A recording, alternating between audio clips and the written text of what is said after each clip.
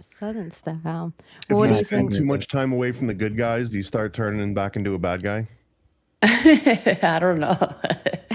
I wouldn't say bad guy, but I had fun. It was nice. It was just a bunch of us girls. We hung out.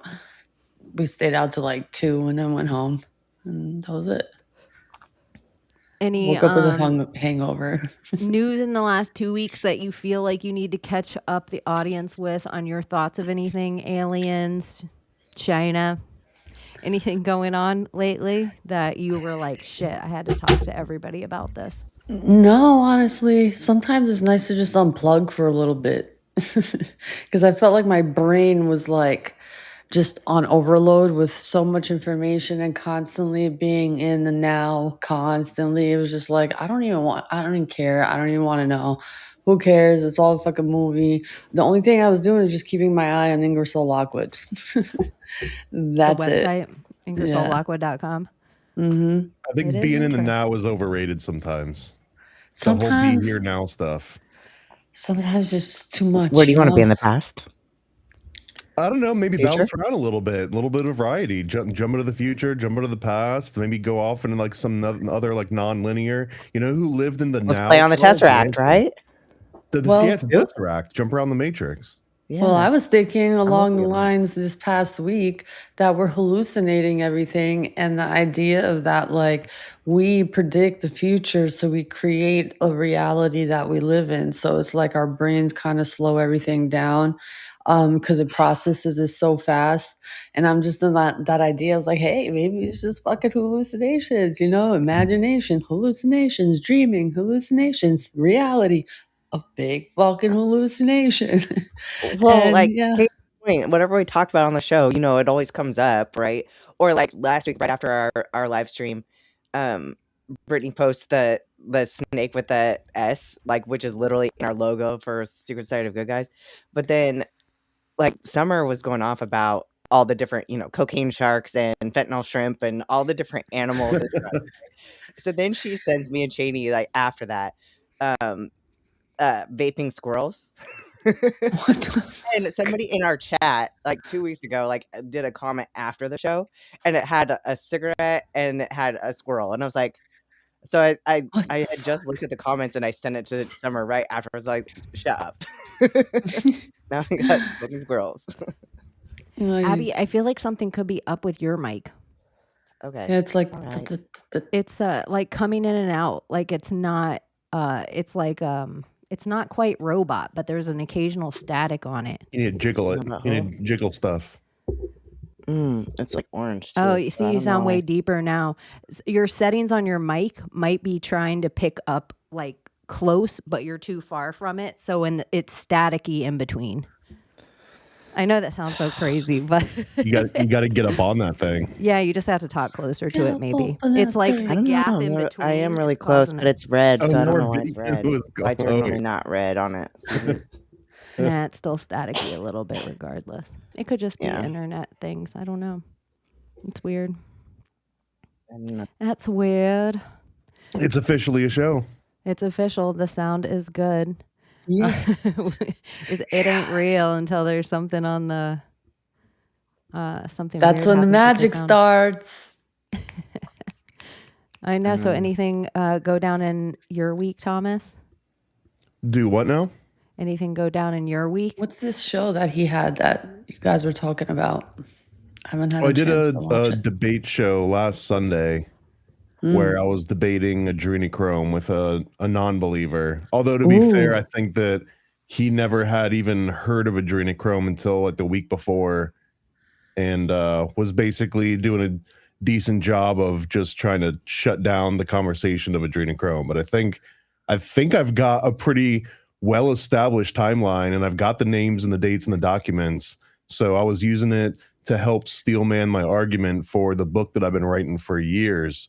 So now I've got a much better idea of the most convincing aspects of all my adrenochrome research. So it was like a 3-hour, maybe no, I think it was like a 5-hour debate. Was it intense? Like, I mean, as intense as it gets. There was a few times when I did have to sort of dominate and talk over him a little bit, and I think that he maybe lost. It wasn't like rated or anything, but I think that in debate terms, he lost some points because at a few points he was like, "Shut the fuck up!" Like he couldn't get a word in edgewise. So I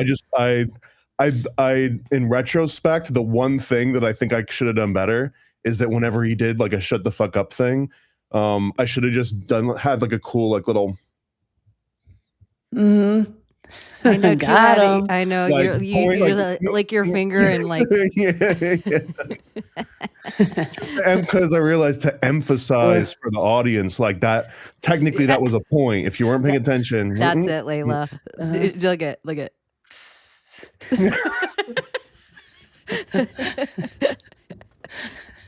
Oh, wait, That's it, literally. but it went well. I mean, it's been since high school since I was in an actual That was me, Abbie. Don't debate leave. about anything at all. So, and I came in second. I came in second in like a debate competition in high school, and that was the last time I cared about debating anything with anybody. Honestly, I thought that's the another best way thing to that go if about I it. were going to say points on the debate, I think when you take whatever the subject is and automatically clarify it in your argument for the audience. So before he even started, he flat earth QAnon'd you. Like he put those two words into every time. Well, this is just part of flat earth QAnon. And it's like, but it isn't. Like it was just like but I didn't know that was his whole shtick was to argue flat earth. Like that's his. Yeah, his name's Craig, but he goes by FTFE, which is like something flat earth. So he specializes in doing, I think he's done like 30 or 40 plus flat earth debates. And my favorite part about the adrenochrome topic is that you can sneak it in and people are going to assume off the bat, oh, this is going to be some crazy QAnon retard nonsense, right? And that they're just going to be able to easily dismantle it. And I'm convinced that anybody that even has to do the small research, like, okay, let me find out what kind of points I can refute. I guarantee you they're like, oh shit, like this is related to MK Ultra and the Freemasons. I can see this thing's got legs. That's weird. Even to debate you, though, I think they have to look up enough that they're like, oh my gosh, this is a real substance. Yeah, this isn't 100%. just a movie substance. That's the most fun part, because in the back of my mind, even if someone shows up to refute it, like for example, when we started, he basically made a concession to every single point that I was trying to make. So I mean, I wanted to still do the debate in the terms of provide the content and like give information out there, but he like literally as he was doing his opening, he was like, okay, let me concede a few things. Yeah, I found out that they were funded by the Freemasons. Yes, there's overlap directly between adrenochrome, MK Ultra. I was almost wanting to just be like, all right, well, see you guys next week. You know, I thought it was funny. Like I he laid win. out the thing. He kind of conceded, and his big argument that he was going to attack is the amount of money that the Scottish Freemasons first and there's a gave. technical Like, term for that within debate. It's called it's called claim inflation or something like that. And if I had known the name for what that was, I could have just called it for what it is. Like, oh, that's a claim inflation. But I did every time that he would try and start inflating claims, I'd be like, let me just restate the exact debate here. And the debate was that it was Freemason funded and that it turned into MK Ultra research. So every time he added this extra qualifier of, oh, well, they didn't donate as much as another source, or, oh, you don't have the exact receipt and amount of this MK Ultra project. So I was able to, I think, navigate those decently. But if I had known the name of the thing that he was doing, which was claim inflation. And Layla, if you want to check out this, you can go to the Raging Tomato, and then it carries over on her after channel. But it's Thomas is on it, and he's on 2 debates. Like one's the adrenochrome debate, and then like 2 weeks before that, maybe a little less, he does. What was the other debate that you did? Eugenics, which was actually Eugenics. directly related to the adrenochrome research. I thought it was such a clever way to work it in that I was even saying, because I've been harassing Sarah a little bit, do a flat earth debate, but not with this guy. Sometimes people actually, I know it's a debate show, but if you're also trying to relay information, you can't just have somebody there that's a wedge in the conversation, that's just like figuring out semantics to try to disarm your one word at a time instead of like debating the actual idea. The actual premise. Or Yeah, argument. it becomes like exhausting a little bit, like just tiring as a viewer. Have you ever seen an actual modern debate that they do in like high school or college now? No. Like, have you ever It's been looked so up one long since last I've seen year? one, but I was in debate as a youngster. So I'm gonna blow your mind. If you look up a modern debate, how it goes on right now in the 21st century, it's no longer like the rhetorical skills. Basically, what happens is that the person will like nonstop talk, and they'll have like an entire thing written out, and they just read it as fast as they can. And when I say as fast as they can, I mean that you can't even understand what they're saying, which used to be the most important part of debate, was to have like a convincing rhetorical way that you spoke. Now they don't have to do that. They just read as fast as they can and cram as much information as they can into like whatever their argument is, and then they just kind of go back and forth like that. Like it's no longer the way that you think it is. Like scripted? It's not just scripted, but it's weird because it's so odd that you can't understand the points they're making unless you have everything like typed out and you're also reading along with it, which is like, why are they even speaking out loud? I actually watched this Cambridge student, I think, like debate Charlie Kirk, and it was interesting. Those I'm talking about like academic, like rule debates where you get points. Yeah, outside of the front of like a class where you've got Alex Stein is kind of filling in for Charlie Kirk now. I don't know what happened to Charlie Kirk, but Alex Stein's doing it now. Yes, but like I've been noticing the that. debate. He's good enough to do it. The thing that I always bring up about Alex Stein is he can actually debate the flat earth better than most people that I've no one would guess it about him because everything he says is political. That's not his shtick, but he is a hardcore flat earther. That's one of the ways I met him and became like kind of tight with him because I was like, what? And he just knew all these facts about flat earth way back when. And I was kind of blown away. So it'll be interesting if the debates lead there ever on the college campus. If SSGG sends a plant in when we find out Alex Stein is going to be at one of these things, and we have him talk about the globe.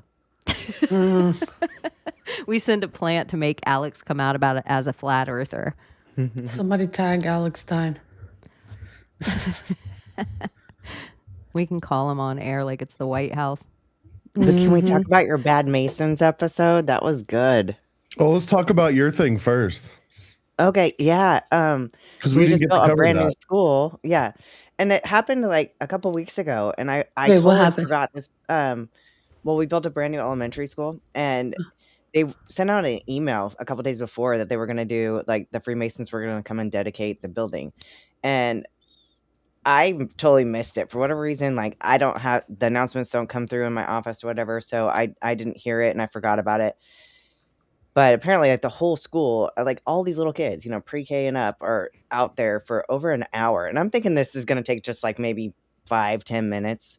It was an hour-long ritual. And like these are like the teachers came in and they were talking about it. I was like, oh my gosh, I can't believe I missed it. I wanted to see that so bad.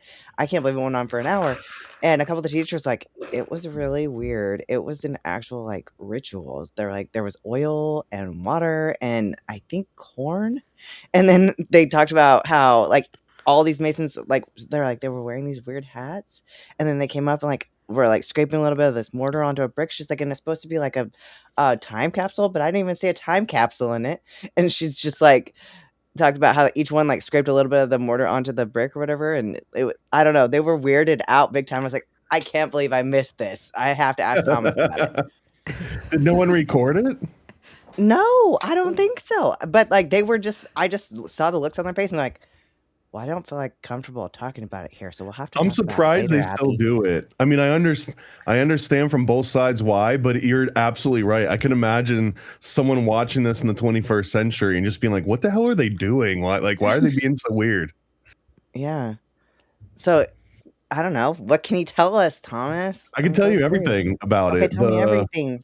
It's all about Solomon's temple, and they have these different tools that basically I want to explain it in practical terms, and we can talk about like all the esoteric crap. But like the practical version is that for the school, it sounds cooler to have officially raised by Masons and ceremony on such and such date. Like it makes it feel like a more established kind of building. And there's also something in it for the school to participate in this, even if the teachers and the admin think it's weird or creepy, because if they partner up with a Masonic lodge, they're also sort of unlocking connections to donors, because potentially anyone that's in that lodge could be a donor for a million different reasons that a school might need funding for. So it's like it's a Yeah, no-brainer to get in with that.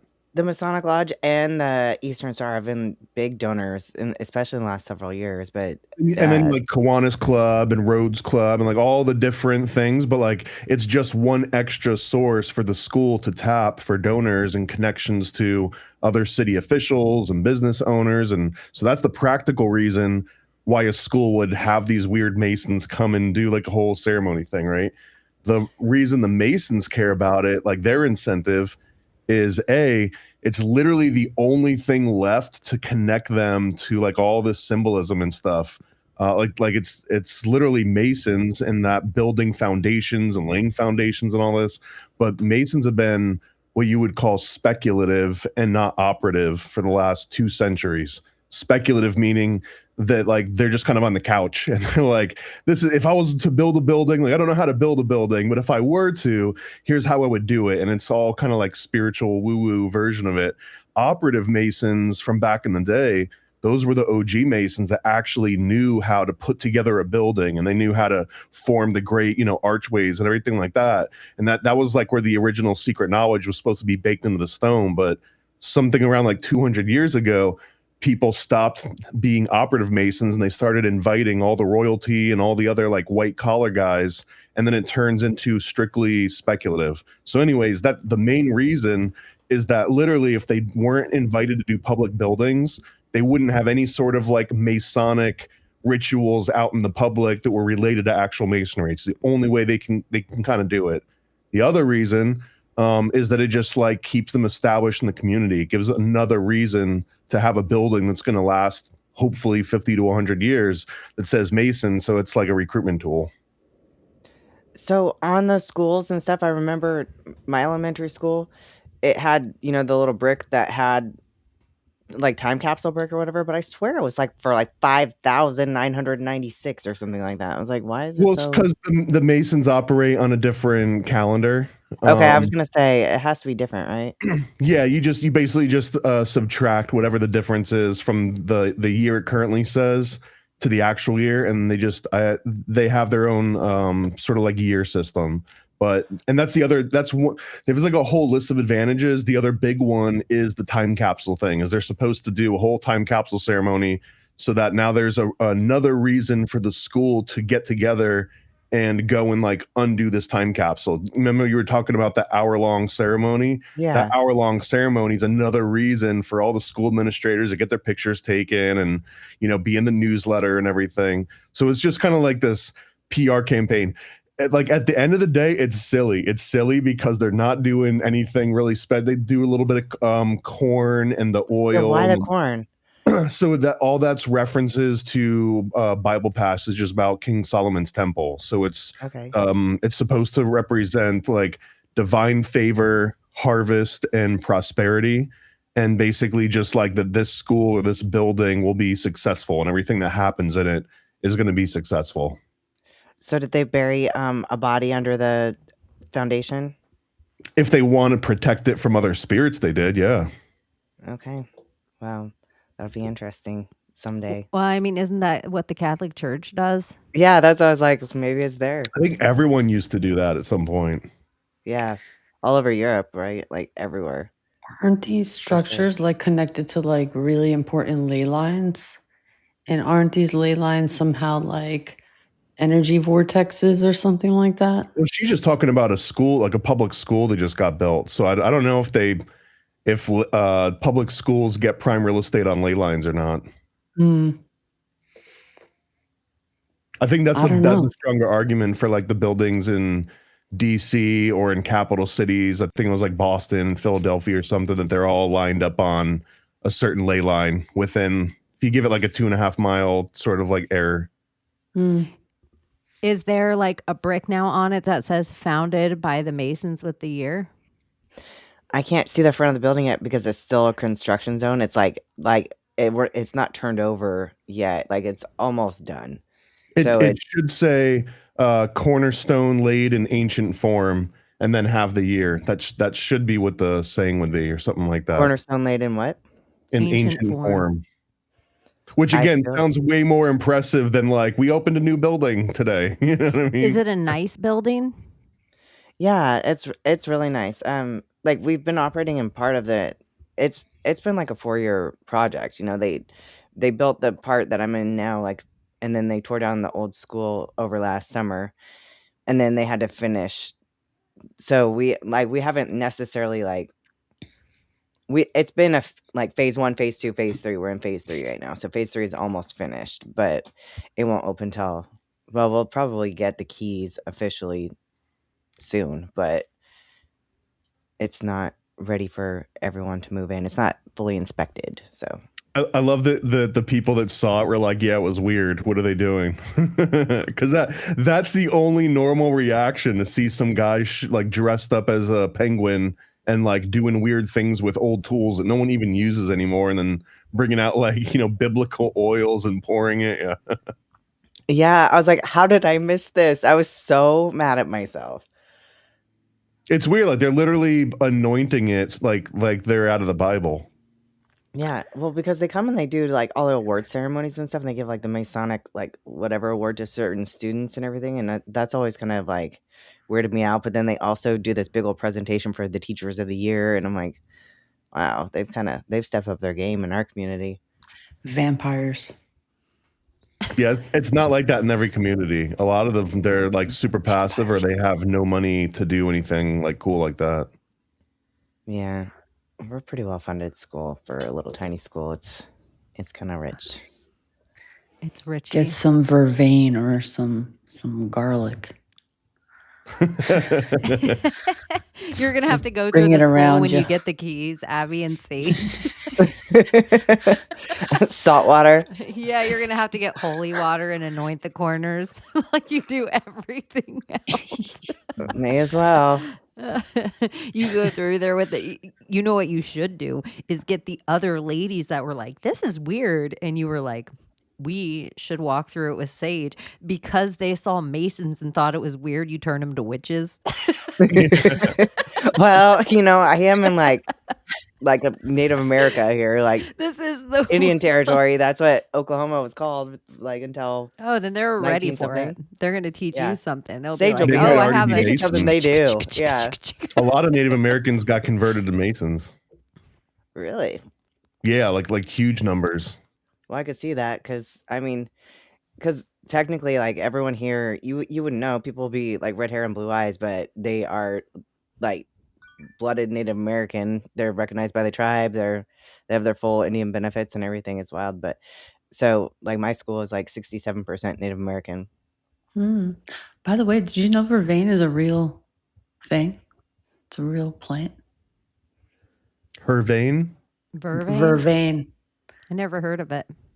Oh my god, it's part of what's that vampire show with Elena and the two brothers, Stefan and Vampire Diaries?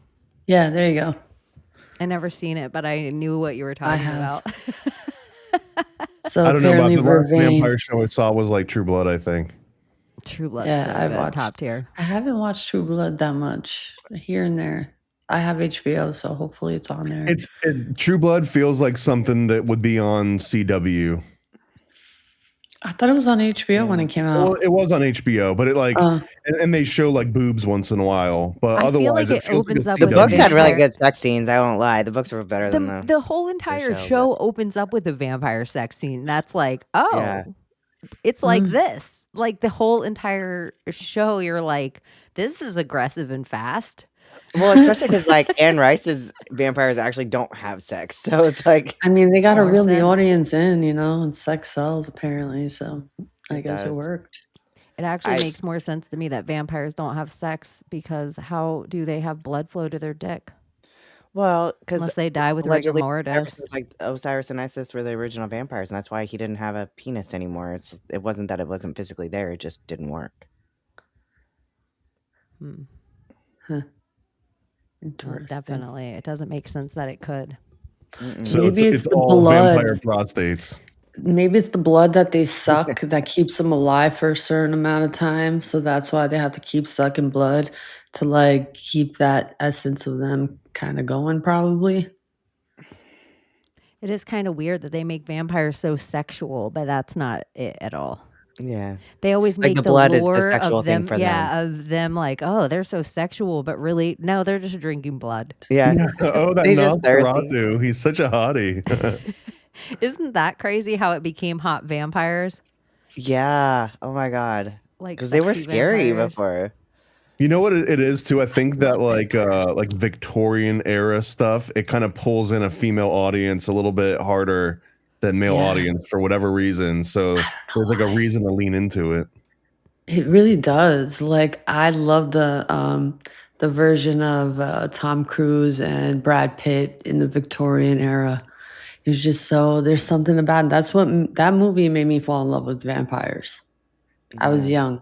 I watched it. I was Interview like, with a Vampire, yeah. oh my god! And that was it. I was hooked.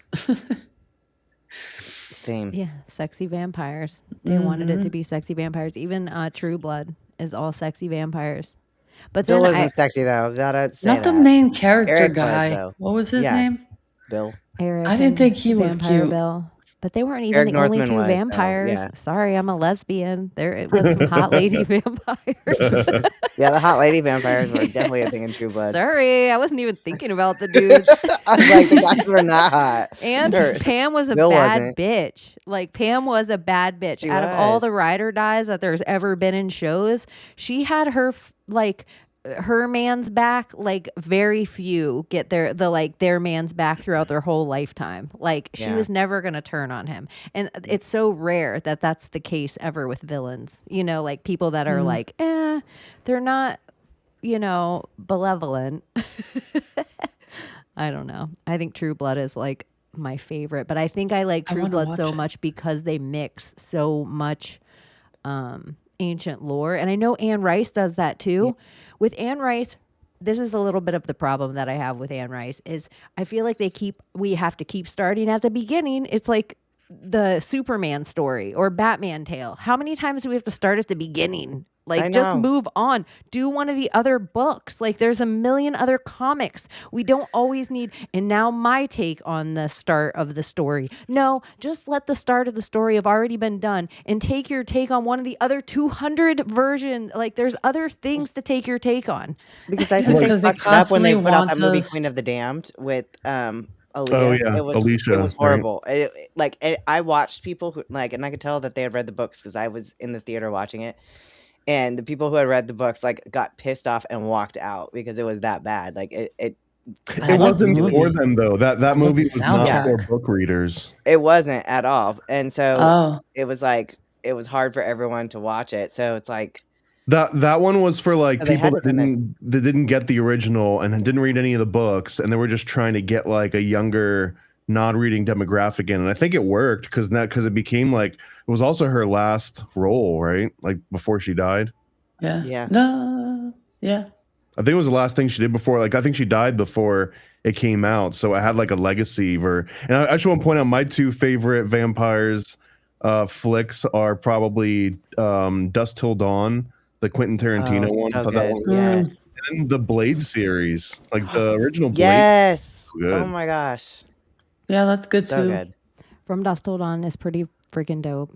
It's a good one. I I really thought you were appreciate gonna the say way there's Twilight no and surprise us. CGI in it. Like it's all old school, like special effects. So it's like it feels like an older movie even than it is because he went Selma with all Hayek. that. I mean, she's so hot.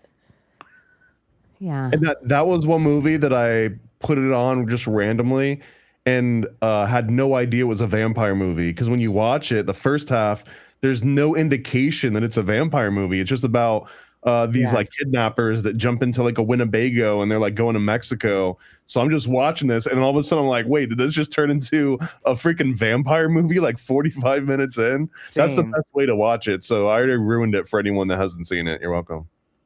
It really is. Like you're so surprised and you're like, where's this gonna What go? is going on here? Yeah. It was already legit interesting just being about the kidnappers. Yeah, Quentin Tarantino is the most annoying part of that whole movie. he is. I know think he he's always has playing to put himself for himself real in there. in that role. Yeah, he always has Uh-huh. to put himself in those things. Yeah, he's creepy AF in that. He's the guy with the foot fetish, right? Foot fetish. Yeah. But you know what the weird thing about him? Besties with Harvey Weinstein, who actually was yeah. just acquitted today, I think, or hung jury today. But Harvey Weinstein was dragged in a weird way. He was like the fall guy for the entirety of Hollywood from the Sony hacks. It's Well, he weird. said he was going to squeal. He said that everyone in Hollywood was doing what he was doing and that he was going to name names. And Oh, then and- he came down with like a fatal disease, right? And then a hung jury. Yeah, he was like on death's door and like he had to get wheeled into court and shit. Yeah, but Quentin Tarantino was besties with him, and like all his movies are like Harvey Weinstein backed movies. Well, some inside baseball too. I was shooting a documentary for Brooklyn Zoo and like it was like an Old Dirty Bastard documentary in the early 2000s, and it was funded by Weinstein. And I was, the more I worked on this thing, so I was working with the rest of the guys from Brooklyn Zoo, Race On and 12 O'Clock, and they were telling me about how Weinstein was like responsible for all these rappers that wanted to make movies and stuff. Like he was the one that was bankrolling all these random, if you go and look for a bunch of crappy early 2000s movies featuring rappers, it's like Weinstein.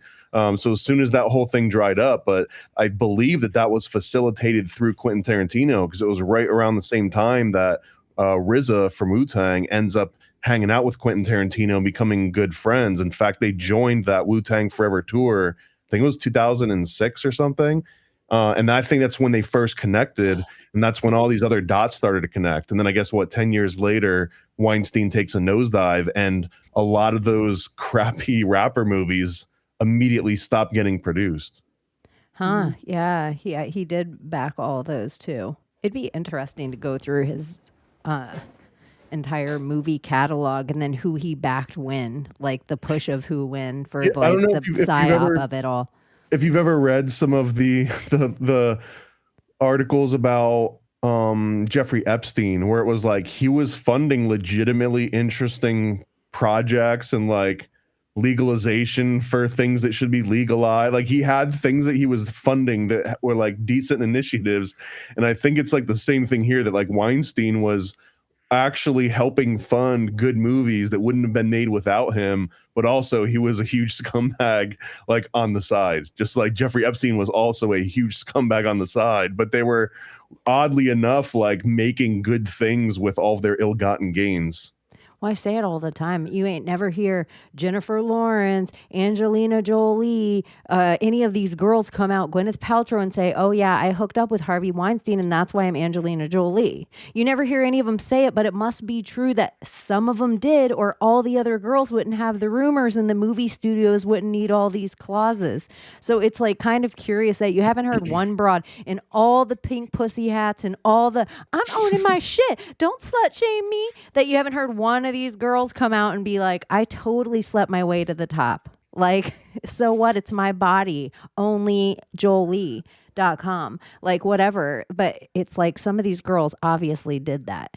Like, Jenny Lawrence did not become the Hunger Games. She was the Hunger Games. She, in fact, Weinstein was hungry and she was like, okay. Like, it just, some people totally played Allegedly. ball. and they're quiet as a church mouse. Like they soft shoe out of the room, and then they're like, "Have you ever said the N word when no one was around on a black and white video?" And it's like, get out of here, Gal Gadot. And it's like only the D-listers are the ones that had bad experiences with him, and they all came out and they all had their careers kind of ruined, and there was no like success stories, right? There was no like A-listers that ever came out about it. Not one person you ever even heard of before. Like, so I'm like, curious. Speaking of like, unless one of you were gonna say something on that. Well, I was gonna say, did you guys watch the Kevin Hart thing, the comedy, the roast? Pieces. I've heard all the outrage. Yeah, I saw pieces of it too, but there was like so much hype behind it. I'm like, oh, we should. They're like, we should watch it. We should watch it. I'm like, I don't know if I want to watch it. Really, I really don't. I heard what's his name was hilarious. Shane. What's his name? Gillis. Yeah. The one thing I will say that's really funny, because I'm an anti-Chelsea Handler person, and I usually will tell everyone out there I fry the people that I used to like. Like usually the people that I like can know the most information about, it's because I put them on some little weird pedestal somewhere in my world at some point in my life. So Chelsea Child Handler. This bitch, like, she is in the Epstein list. And so it's so funny. She was like one of the names way back when, one of the OG names that was on the OG like boards list when it was going around 4chan. So why does anyone know who she is, by the way? Was she like an actor, a model, or like? What I want to know. She Like, was a how the stand-up fuck is she- comic, but then she slept with the head exec at E! Entertainment Television. And so she got her show on E!, which then she had comic panels. So there was a time that the only way you could get seen as a comic on TV was if you did Last Comic Standing or if you sat on Chelsea Handler's table. And she had this huge hierarchy. She was like super cold cunt. So it was like Whitney Cummings and Amy Schumer. It was like everything DEI about our world. Those were the comedians that sat on her kind of table. And I mean, there's a lot of good comedians that that became like a whole, like Christina Pajitsky, Tom Segura's wife, like she was a writer for that show. But it was also a show that was juxtaposition to the Kardashians. So there wasn't a show that Chelsea came on that she didn't talk about how much she hated the Kardashians, but that's constant commercials for the Kardashians on E! So it was this constant just Kardashian wash. So she was kind of like a Jon Stewart political thing, but like an asshole. And that's kind of how she like built her steam. Yeah, pretty much. It was like all the same kind of exact shit with the shtick. So one of the funny things, before she even comes up, Shane to introduce her, he goes, "Ladies and gentlemen, Chelsea Handler is a Zionist." That was epic. Then he goes, "Yep." Like he didn't have a punchline. There wasn't like a continue on. He was just like, it was so funny. Just so you know. It was so good. Mm-hmm. And Tony got on one. You could tell the boys that hated her from the comedy club that they came up and they were little door boys and they had no clout. And you could tell that they were like, screw her. Like they could not wait to get on that mic. But she was like the hot topic of the entire show, that it was like personal digs at Chelsea, that they were going to figure out how to go the hardest. I do remember, not to be like the old man here, but I remember when roasts, like 90% of the roast was about the person they were supposed to be roasting.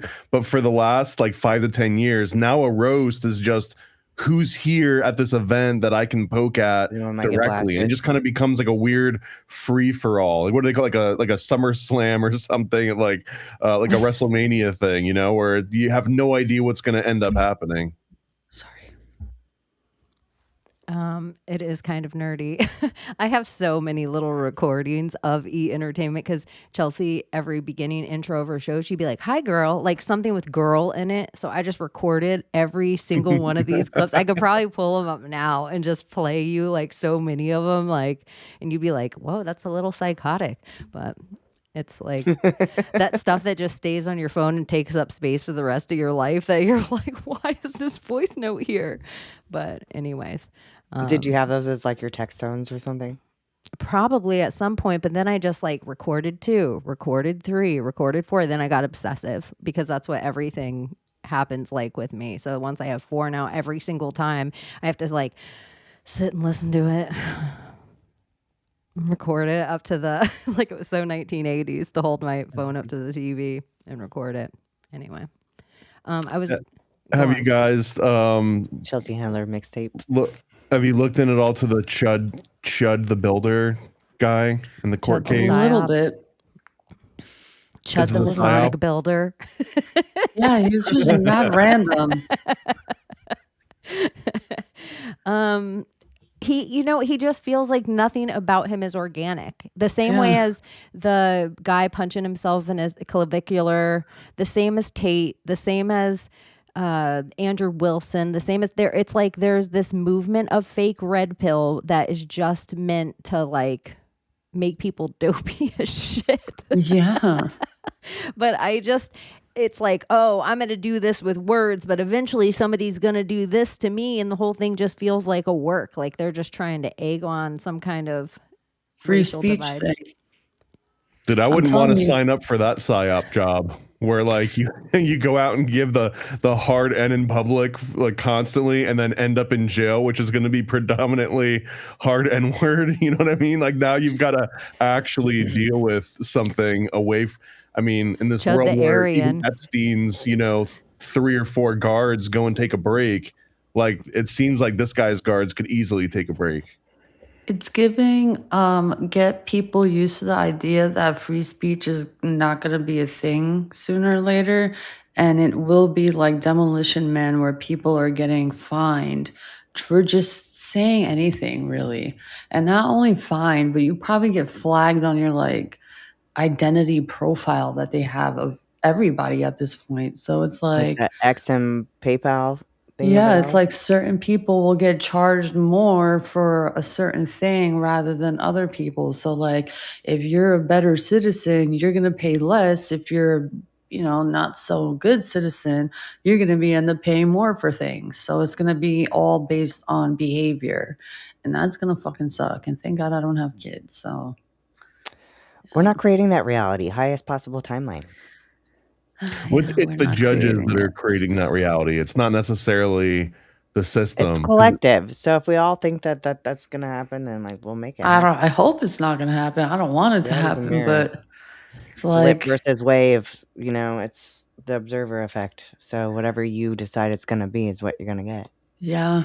Well, the funny part Fear-based. is he's all like, okay, first A, second A. So he like practices his first A to use his second A and then shoots himself. yeah. It's like the whole story It writes of what itself, they yeah. it's like, oh, see what happens every time you guys get the second, like somebody is bound to get hurt. That like you guys can't even handle your first A, and then you use your second A to protect your 1A, and then you hurt yourself 100% of the time. You need us to control both those things. Yeah, and also I've randomly seen him for the past 3 weeks on my timeline on the internet. I didn't know who he was. I've never heard of him before this past 3 weeks, and then all of a sudden I hear this. I'm like, Right, he gets okay, boosted organically like a month or two before all of a sudden it's in the news for everybody. It was the exact same as Clavicular's OD. And then it was like I even feel like the Tate boxing match. It's Wasn't like their they're dad making all of them legitimately- have their stutter. Their dad was legitimately CIA, right? Same as Tucker Carlson. Don't it's you crazy. dare say Not anything this bad week. about Tucker. Don't you say anything about Tucker because Owen hung out with him. That means he's a good guy. It's like on the weeks that Sam Tripoli hangs out with Joe Rogan, everyone's like, big up Joe. But Joe used to know. Joe's a good announcer on UFC. And I'm like, but is he? I don't know. Tucker Carlson, CIA, same as Andy Cooper, and his father, CIA, and once CIA, always CIA. And so to pretend anything different now, it was a wild take. Well, and also there's 2 parts of Tucker, and I can agree that people can change their minds about stuff, even 180 degrees. But there's 2 specific ones. First one was that he used to be the left side on, what was it, like CNN or MSNBC, but I think it was MSNBC. He used to be the blue, bow tie guy, not the red bow tie guy. So he played for the other team and kind of did like a switch at some point and became this conservative guy because it worked better for him. The other big thing, which is way harder for me to sort of get over, but again, 20 years ago, so maybe it's different now, but he was roasting people on Fox right after 9/11 and through the early 2000s that anyone that talked about maybe it was an inside job or maybe the government knew more than it was sharing, he was straight up calling people like blasphemers. Like, that's blasphemy on the American people. And how dare you? You hate this country. You hate freedom. Like, he was one of those guys. Like, if you ask questions, and now that's a weird 180-degree spin to make, and then also have all these other rumored connections. It's like, if you're gonna do a 180-degree spin, come out and be like, I went to the CIA for this training thing, and like just spill everything on the table and do like a full transparency disclosure. But in absence of that, it just makes me feel that he can just spin and do whatever position he needs to be put in to just get his credibility wherever he needs to be in that pocket. Like Or maybe he just sees that the earth is flat now. Well, he didn't lose credibility by, like, everyone's like, oh my gosh, Tucker got fired from Fox. That was his credibility gain. That was not the credibility lose.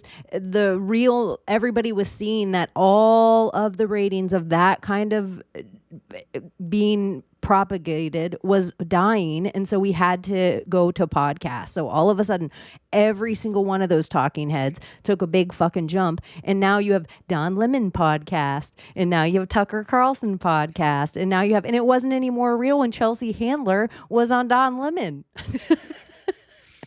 talking about the roast on Netflix. They're making more money directly than having to wait for it to get funneled through Fox or funneled through whatever their network is and then get the royalties out. Like, it's just them getting paid directly. So, and I'm sure they're getting paid more, or at least have way more control over the stuff they want to talk about and the guests they want to have on. It's like a win-win for everybody except for the networks. I agree. I think it all is Operation Mockingbird. Yeah. All of it. Like, all of it.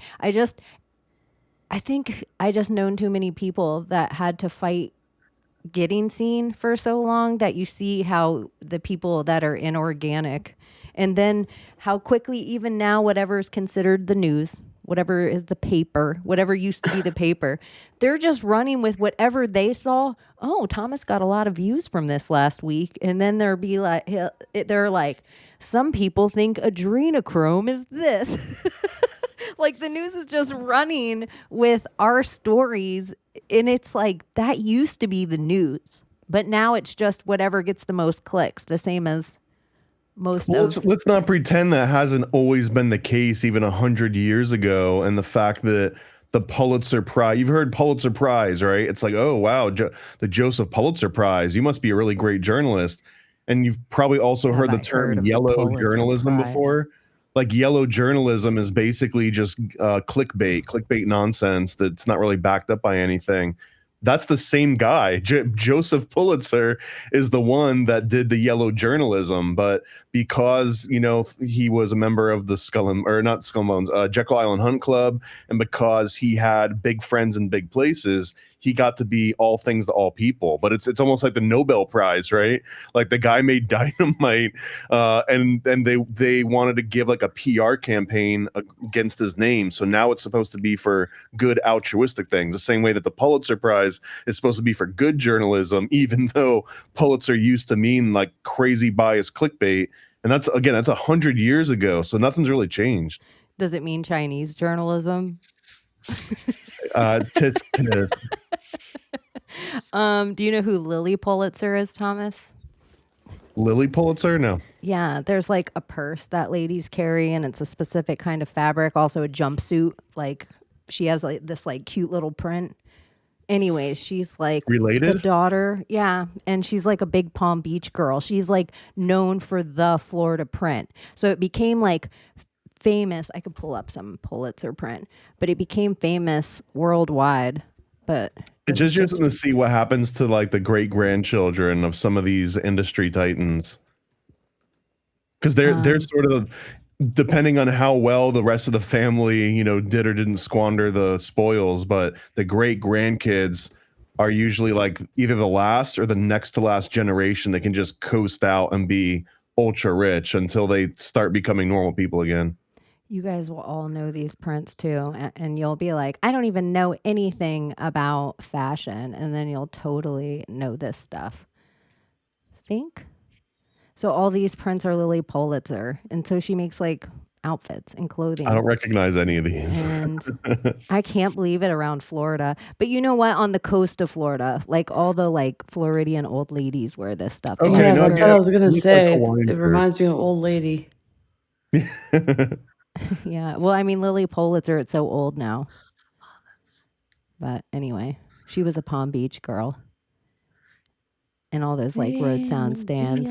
That it definitely doesn't look like Naples attire. It looks like East Coast of Florida it's very attire. SEC. Lily is very SEC. What's that? You guys are talking about Lily Pulitzer. It's very Southeastern Conference. Oh, okay. It looks like golf Also, skirts. as I enter the chat, Chaney, I need to remind you what my name is on here My Maria 777. and what not to call me. I'm not gonna say You haven't it. been very good at that lately. Okay. We agreed to disagree, but neither of us want to rewatch. It's fine. Welcome to the show, My Maria 777. I'm sitting outside with my dog, so if you hear the crickets, it's me. It's not Jamaican frogs. That's what I was gonna say. No gay frogs around here. It is kind of crazy. This is one of the things with Tucker or Alex Jones or Candace Owens, or just list off a million others. You're like, oh my gosh, but they say 80% of the stuff I agree with, or 90%. But it's just like that. I think we're so figured out now. We've put in so much information. They know exactly who to create for us to sell us the thing. Like we think we're so tricky. I mean, you have a digital clone. They literally just go run an algorithm on it, and it says, you know, there's a file on you that has everything that they need to advertise to you to get you to do what they want. Yeah, it's giving like what's it called? Disney, you know, cloning and like uploading consciousness and, you know, the new world. And that's what I think is actually happening. Like what we're seeing is like a bunch of like, what are they called? Smart babies? I don't know. there's Minor babies. the idea that is your phone actually listening to you and processing that voice content in real time, or is the AI and the prediction just so good that you and your digital twin are having the same thought around the same time? Mm. I think it is getting close. This is the evolution that they're talking about. I remember fondly 20 years ago talking about, because the big thing was everyone started getting smart devices and cell phones and flip phones and stuff, and then there was it was either Snowden or someone that came out before him, and the original conspiracy was they're harvesting all your data, they're storing it all, they're putting it in these mountains and they're putting it on disks. And I just remember people being like, no one's gonna have time to go through all that, no one's gonna be able to sit down and listen to hours and hours of everybody's phone calls. Like, who are they gonna get to do that? There's not enough people on the planet.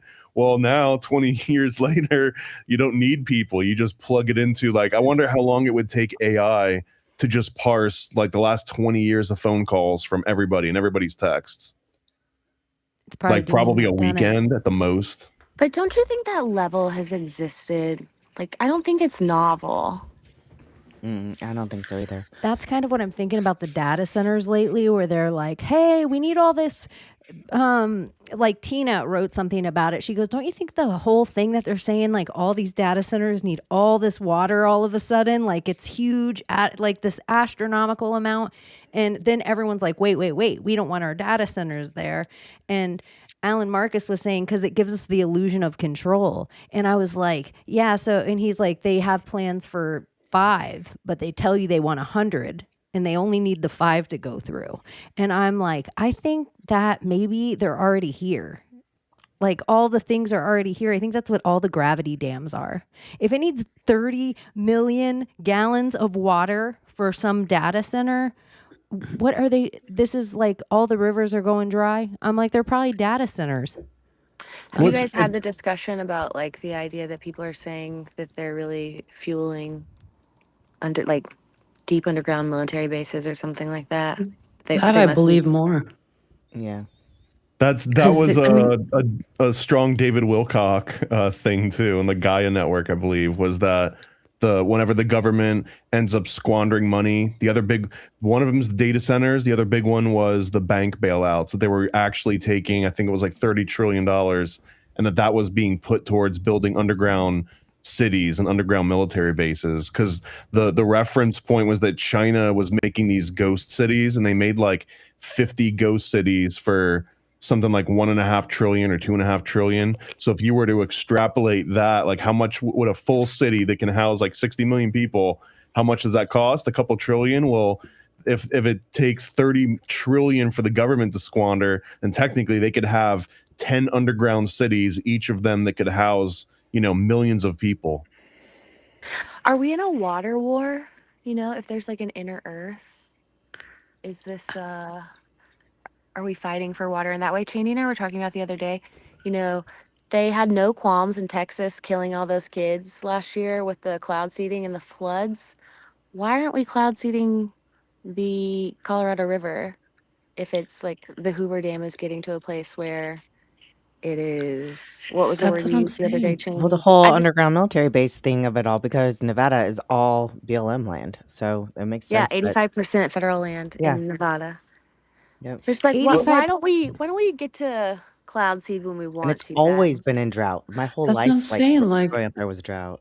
all this And they convince technology that we everyone. have to capture moisture in the air and just like out of thin air, just like capture water, create, like Maria said, cloud seeding and like create the water.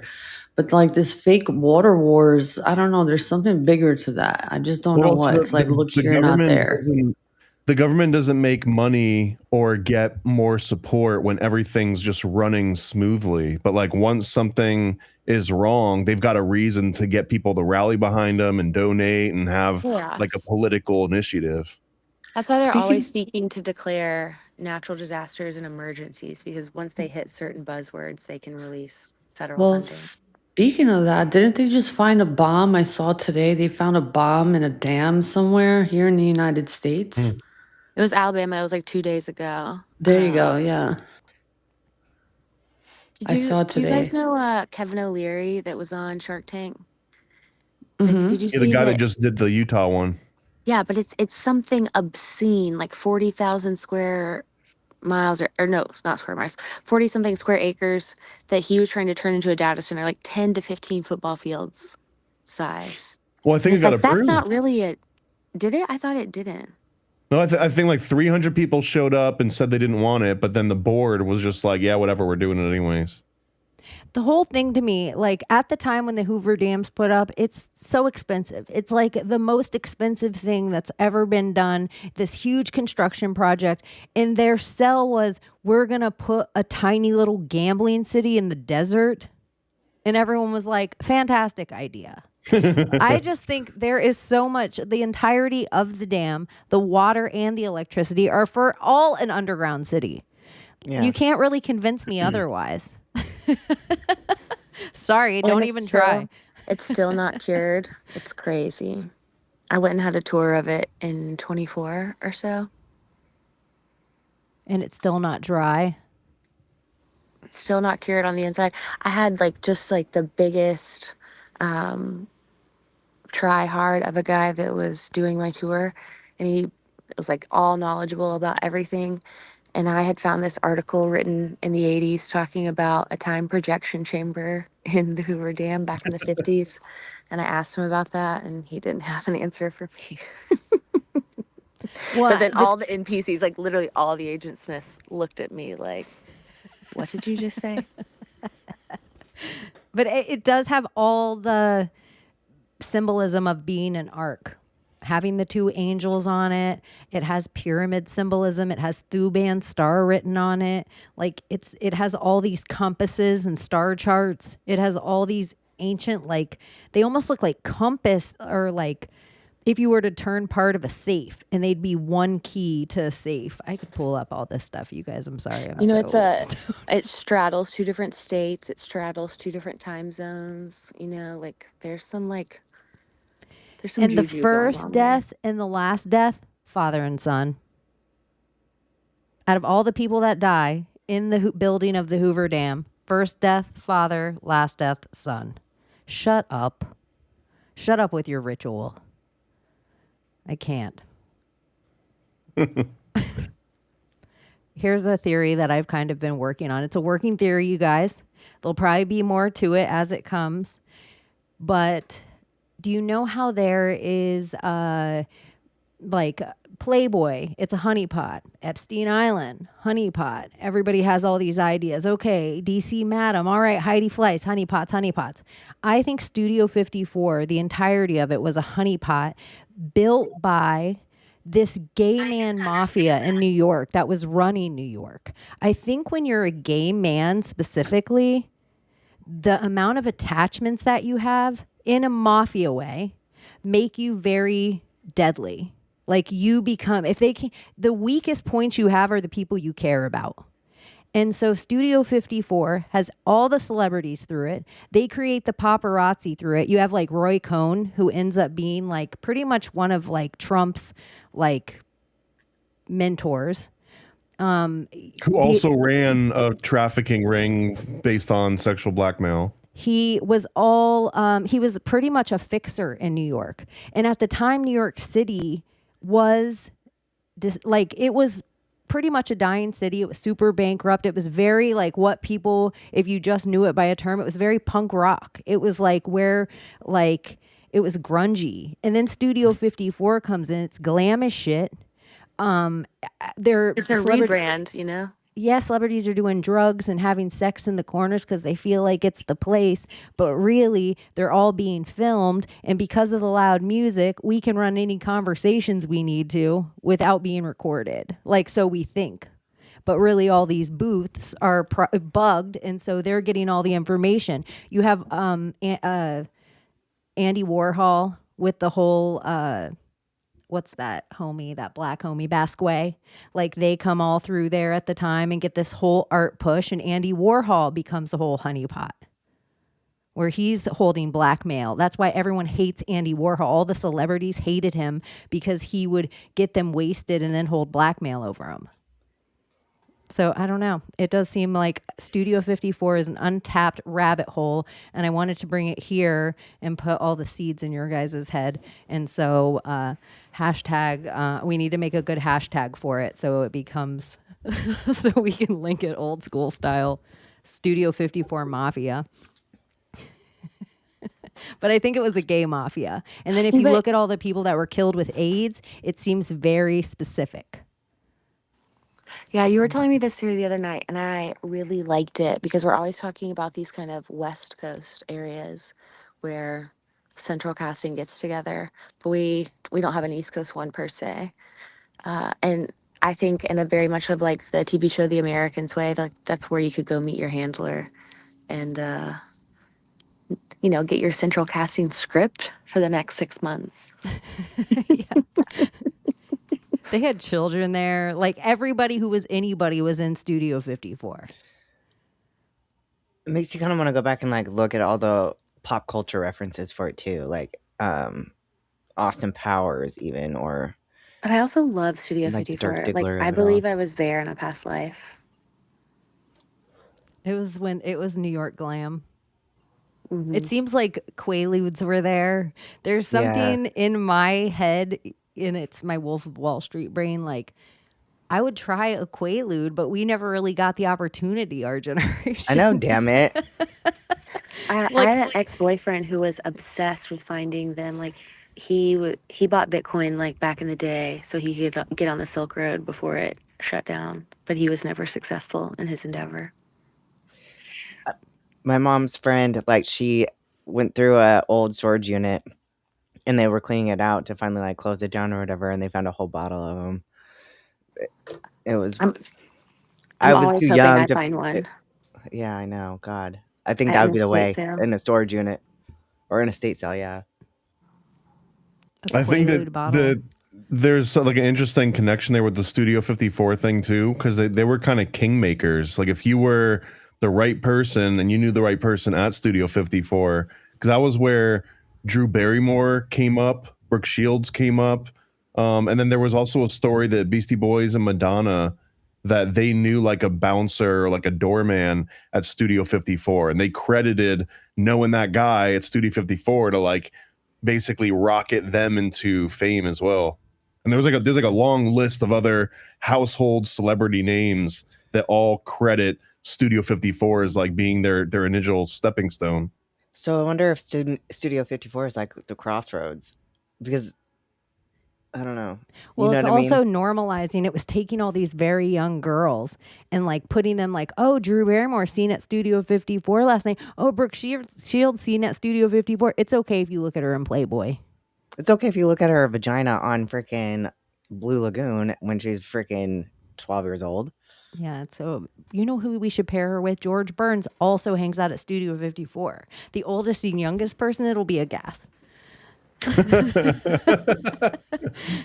Like, but I know, I think it was definitely and New York, it became, it was always the Big Apple, but it went from this dirty place. It totally changed. Like the Studio Giuliani. 54 had to happen. Giuliani comes in and it becomes this Wall Street place that leads to like the Gordon Gekko idea of New York that is kind of still, I don't even know if it feels different now. I think it's no longer Giuliani era. Like the whole stop and frisk thing and the broken window policies, I think got phased out a couple decades ago. And I'm pretty sure that like you've seen the effect reflected in that. Oh, I like the little green triangle now in the background. Of where? Like the bottom left, top middle, bottom right are all green. Of course yeah. you saw that. Of course you saw that, Thomas. That'll be the screenshot one. Did you guys hear that in 1178, apparently the moon split in two or exploded or something like that, and they have documented evidence of this? Like, I've heard this. yeah, it's a very interesting little rabbit hole I fell upon. But if you go deeper into that, the explanations get pretty wild. One of them is that the moon exploded and then it was originally inhabited by extraterrestrials that were living inside the moon, because the moon was basically a vehicle that they were using to like fly around. And then they tried to they basically tried to take over this energy grid that's supposed to be like these electromagnetic filaments that connect all the stars and all the planets together that you can use to like jump around. They were trying to use that as some sort of a weapon. They were going to like charge it like harp style and then redirect the energy. And I guess they did it wrong and they overloaded themselves and they blew up, everyone that was inside that. And there's theories that if you go to the moon, there's these huge caverns that go like big enough that you could house, like 20,000 people easily, like a whole city.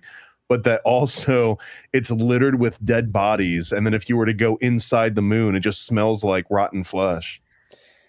That kind of tracks with the whole like Voyagers and Ascension Glossary, like theory of the moon. You ever seen Mission to Mars, the Disney movie? Gary Sinise and I can't remember who else was in it. But it's basically this theory, except in Mission to Mars, they're on Mars. But the same things have been said about the moon as well. and that it's already ready for like an entire civilization to go to the moon. You just have to pressurize the inner cavern systems, and then And once clean you the do that, bodies. it's like it's turnkey. It's given the 100 vibes with the ring up in space. Yeah, like a civilization that they left however long ago because the Earth was inhabitable, and then they all Yeah. die up in there, and we're down here living on Earth, but they have none the wiser. So they And this send is like 100 kids down. this is based on the asteroid belt too. That there was another Planet. either Tiamat or it might have been what was the other one, Nibiru or something, but some like that there was this planet Tiamat, and the Tiamat exploded, and that's where the people that like the elites of Tiamat jump into the moon, and then when they die, now it's like the next elites from our planet, when they need to escape, they're going to go to the moon and take over the moon. It's kind of like an Airbnb for like last resort's elites. Just FYI, they call it, that exploded planet was called Maldek in the Law of One because they claim the same thing. And don't they say that explosion wipes the face off Mars and then puts the scar on the side of Jupiter? Yes, and that I think it's either Mars or the moon, but that there's like an entire side of it that's thicker than the other side because like the other side got blasted off. Huh. A lot of ancient art with moon explosions. There's a lot of even we have shot rockets at the moon, though, in And it recent rang like a history. bell for half an hour No, for hours. or hours. Yeah, But I was they've like, done it for a more while. than once. And so there is all the hollow moon theory, even the people that say all the craters on the It's a moon are the ship. same depth. I always wonder what happens if you actually blew up the moon, because if you believe in mainstream science and everything else, it seems possible that you could blow up the moon. But what would actually happen? Would that just be the end of the Earth too? Would like the ocean waves stop waving? You know what I mean? Would everything just change immediately? No, I think we'd all wake up from the Matrix.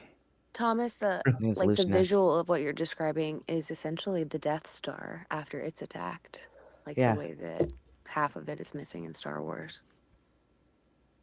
Well, and Oh, technically, yeah. the moon's supposed to be dead, but it's credited with like its elliptical orbit pulls on the gravity, if you believe in gravity, but that's supposed to be where the waves come from, and why they can like shift is because it's like shifting its orbit. But if you just remove it so it no longer has that same gravitational effect on the Earth, like what happens? Well, I feel like they used to, like when we were growing up, they talked about how the tides and everything were controlled by the moon. And then I feel like modern science has debunked that and says that the moon has nothing to do with the tides. What about if the moon's just plasma or ether? I like the idea that it's a reflection. We got some like pond theory going on over here. Me too. I like that. I feel, like, do you like guys? I feel like it used to be a rare occurrence when you'd see the moon during the day. Like when I was a little kid, Oh, I I say remember this thinking it shit was all so the weird. time. And then now it's like every day the moon's out all day.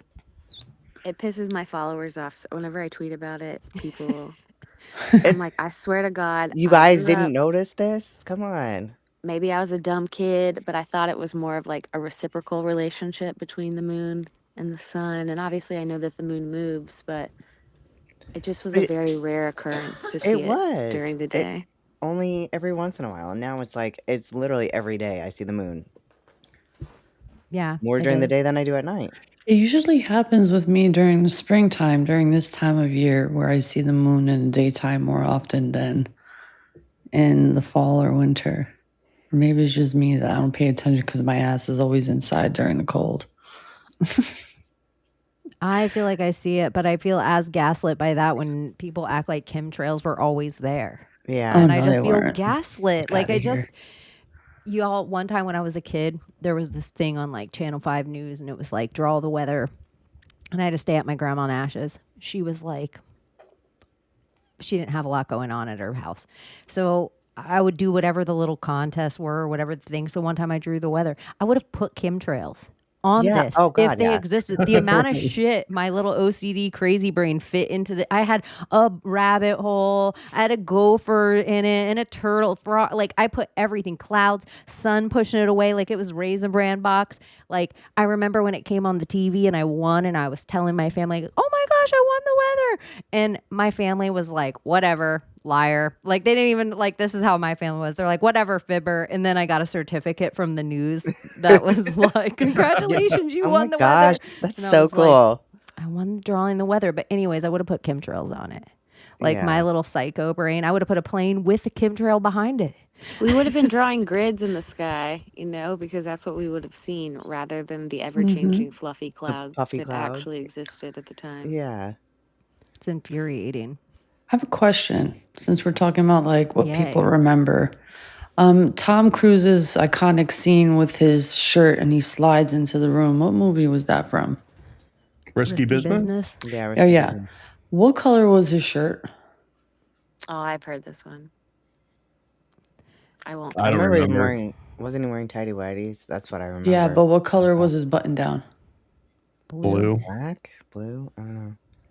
No. It was There was striped. Apparently it no was like button down. a light pink. He was naked. Yeah. There was a gorilla in the room. We all heard like, yeah, the whole sunglass theory. Some remember him with sunglasses, some don't. Well, this theory now that everyone's talking about, some are saying white. I remember white, but apparently it's a very light blush pink. Yeah, but I mean, if you saw it when it came out, you were watching this on a cathode ray tube TV True. with like different color controls, and so you might RGB. now because if you watch a screen now, Blue. like there's a difference between actual white and actual black. 20 years ago or more, when this movie was out, like you kind of had like a range. Like if it was orangish or pinkish or reddish, but kind of white, then it was Nah, white. come on. We had Wizard of Oz. You saw the rays of colors and the range of colors that we had. I mean, some people remember stripes, white, baby blue, baby pink. Like we had to see some kind of the hue in that. I remember white. There's just something weird. Something weird is happening. don't People remember are white on finding white 'cause doubles it's of underwear. things in their houses that like they know that they didn't buy two of, and it's like happening more and more and more. I don't know if these are paid actors or not, but it's just like weird little switches. It's giving OA and timeline shifts, which I love. I love the Mandela effect concept of all of this, but also like in my mind, I'm comparing two things. I'm comparing, is it more likely that the universe is changing around us constantly, or is it more likely that people just forgot that they already bought a pack of sponges and they get back home and they're like, oh my God, the Mandela effect. Or like maybe you just forgot, or maybe you just forgot what color Tom Cruise's shirt was. Well, for instance, this lady, right? She had a hat knitted for her with a scarf, okay? Hand knitted from scratch from her best friend. Only one pair in a particular color pattern and particular size and length of the scarf. She found an exact duplicate. And it's just, she's like, it's impossible. She calls her friend, how many of these did you make? And apparently, yeah, he hasn't made a second pair for her. It was the only one pair. People finding a nail that they had a fake nail that was theirs, but all their nails are on their fingers. Just weird things that people are finding around their house that are duplicate. This is I my don't know. theory about all that. Do you remember back in the day when we were all proficient on Windows and you would defrag the computer when it And code. was going too slow? So if this is a multiverse and if all of us, for every action, there is like a separate, like one choice A, you have choice B. So like every part of the simulation is like, there's just so many different versions of the simulation all occurring at one time. I kind of think of them like pancakes. And then eventually the system overloads and it has to take the ones that are statistically similar, like 99.9998 or whatever, and it defrags them all into one. And so we just get layers of memories of like where I experienced something or you experienced something else. It's just because it was one of those realities that just split off like ever so slightly different. Hmm. So I think it's That just the makes sense system to me. processing all of it at once. That's how AI works right now. What you're describing is less defragmentation. It's something called quantization. And every time they optimize or they make one of these new AI models, it's basically like a smarter version of quantizing. So and that's exactly what happens though, is that anything that was like had a very specific difference, like a 99.9998 or whatever, like that's smoothing where it's like, let's just call it a 1. And now that 1 is for everyone. So everyone's slightly different experiences get locked into a new one that didn't actually exist before. That's literally what's happening in AI now, or if you ask it a question now and it gives you a certain answer consistently, even if you keep asking it like different ways, it'll give you like the same answer. You wait 6 months and all of a sudden that answer changes ever so slightly because the AI model can save an extra 0.003 cents on each query because they just round it a little bit differently. That makes sense. If the whole thing about AI and everybody's like quantum, quantum, quantum, and we're hearing processing speed, eventually the AI is like, oh, it's going to figure out it does better if it doesn't give you an infinite amount of choices. And it just has a bunch of go-to answers for everything that are kind of this appeases 90% of the people. And if it doesn't appease, here's the first answer you can say, and it will. Like it becomes a very quick thing that it just is like rounding all the answers everywhere, all the pictures everywhere, all the options. It's like becomes the thing it's easy for it to find. It's kind of wild if you get into like the math. I'm not going to get it too nerdy, but if you get into the math of how they keep improving some of these AI algorithms, the researchers don't understand necessarily why this works so well. But like, for example, if you've ever seen an analog sound wave turned into digital and you zoom all the way in and you can see instead of it having these like smooth little curves, it's all just like little stair steps, right? Because it's like turning into digital. What they were doing in AI, they called it gradient descent, and it was like checking all the different versions of something as it would like get closer and closer to an answer. But you would have to take these steps. You might take like 16 steps or 40 steps or 100 steps. And they thought the more steps, the more accurate, the less stops, the less accurate. But then there was an AI model that just decided to like cheat itself, and it skipped all the steps. It just went from point A to point B, and it didn't try and do anything fancy. And they figured out that at scale, that actually resulted in just as accurate as what they were doing before. And they were able to basically like quadruple the speed of the exact same models by just not trying to be smart about it. So, and that's what kind of keeps happening now with each advancement. It just stops trying to do smart shit and it just does like the most obvious answer. And for some reason, the most obvious answer results in like decent output. Where they're like, okay, I'm pacified. Good enough. Thank you. Do you guys give your AI thumbs up or thumbs down if you like the answers or like do you give it any input back? Do you say, thank you? I haven't been using it, honestly. I don't It gets interact with one dumber. of those things. I do thumbs up or I'll do thumbs down if I don't like it, the way that it's answering, or if you notice that it's like kind of going down a bad path, like if it's not going in the direction you want it to go and it's like changed it, or it's like hit guardrails and it won't answer you because it's not allowed to. If you go back and delete its last response and then ask again, you can actually get a better input or output. Yeah, instead of arguing with it, just delete its last thing that it said. And yes. Yep. Just delete it and be like, it works so good. I'm not taking it. This is unacceptable. The other better thing too is if it's going down the weird angle, just start a brand new chat session. Thread. That's the only other way to do it. Yep. Yeah, I don't know. I haven't been using mine as much. I grokked something. Oh yeah, I like little things like where it's like it was a great turnout at this event, and I'll be like, at Grok, how many people are there? That's how I like to use it now. Where I'm like, at Grok, how many people are there, and what's considered a great turnout? 20 I people. just like stupid. I like it. I know. I wish I would have followed up Grok with that, but I'm like, okay, good enough. But also, Grok lies as much as any of the other ones. So it's also, I like to do it, especially I like asking it questions that I know it'll get wrong, because then people are like, yeah, see, I told you. But it's like they're using Grok as their source of, like validation. But Grok is completely wrong on a lot of shit. Mm-hmm. I The agree. worst. I have been blocking people for pretty much one of the first times in my whole existence of having accounts, that if they're spreading fear porn, and I played a little thing. I did a couple of videos on my IG, and I could definitely tell if I put anything about Hanta up, it pushed it like 4 times the amount that it would push anything else on my algorithm, that I'm like, oh, they want us talking about this. And so if anyone's spreading any kind of fear, delete, block. I'm not doing it. I'm not playing in that realm anymore. Block right off my feed. Like, I encourage them to do the same to me. I don't talk 'cause about things that don't exist. I can't. Like, I see That'll certain be my people that they're like, answer. Oh, but did Go. you guys see that hantavirus is now going to it's affect male sperm for up to 6 years and become an STI?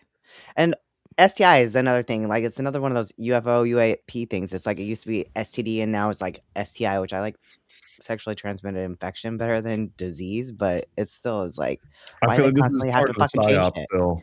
This is just Fear. one Circling other back. angle. We're circling Fear, back to false. VADES. Oh. Circling on. back to VADES, which really is Mhm. just about the Internet of Things, which is really just about them being able to remotely control your body. And I'm not. I think us conspiracy theorists are so much more powerful manifestors than we realize. And the more we talk about shit, the more we feed the loosh into their machine. But I will Yeah. say, I will be quietly observing from the sidelines, seeking to profit as much as I can from this psyop in ways that I did not in the last. Yeah, that's what else. Me and my Maria 777 were talking about. Like, neither of us took 1 cent of unemployment. Neither of us like got one little payout of any kind of thing. Like, we're like, this next one, we are collecting checks. Well, Yeah. maybe we should all start hoarding toilet paper now. No one can sell it. I'm just taking that motherfucking PPP loan. Let's go.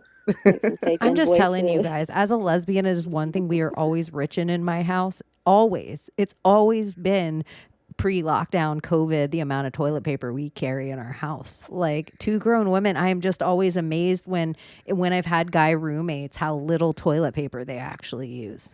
Like, it's Or like you're at a guy's house and they astonishing. never have toilet paper. You're like, what the fuck do you They need do it here? so much less, and I can also understand the shit to shower, where guys are like, I shit once a day and I get right in the shower afterward. I don't want to walk around with a toilet paper shit ass. Like, I can see both things of how guys don't need toilet paper the same way we do. Now, anyways, 2 grown ladies, we have stacks. That's one of the few really good points that I want to Gangsta say was video. like a Joe Rogan episode, but he was like, if you were out walking around on the street and like a homeless person rubbed their shit on your arm, would you just rub it with a piece of paper and be like, okay, that's good, I'll be on with my day now? Like, you'd go home and you would take a full shower and you'd scrub it. So like, why would it be any different? Yeah, that's the bidet of it all. Is like, I don't know why more people didn't install those when the toilet paper I bullshit have was going them. on. Yeah, because of you, I have it. It's amazing. I love it. We Yeah, it's installed it best. during the last one. Your ass is always clean. Your cooch is always clean. It's just like It's great. I do Speaking of think making money, did you? I was trying to get you guys off the ass talk. You don't want to talk about butthole anymore? not on this show. Booty hole. Yeah. Speaking of making money, did you see where Trump came out and he disclosed his stock holdings right now? And one of his big ones is Dell. And like sometime within the last 60 days, he True Social, go buy Dell. It's Dell, like the computer Dell? like their stock. He literally tweeted that, and then it increased, and then today he disclosed that he owns all these shares in it. It's just such an interesting, like, the president is just doing whatever the fuck he wants, you know, like Like launching a coin and then rug launching a pulling. coin the day before his inauguration, you know. So if you're looking for a solid stock strategy to like start investing, read The the gold Trump. card, the phones too. There was an article where like they had sold all these Trump phones and no one's getting their phones and no one's getting refunds on them. Well, did you see what happened the next day? Trump phones. Okay, so that comes out. $100 was the deposit. 59 or he made $59 million off of it. And they had quietly changed the terms and conditions to say like, hey, you might not ever get this. This all comes out. He gets all this bad press from it.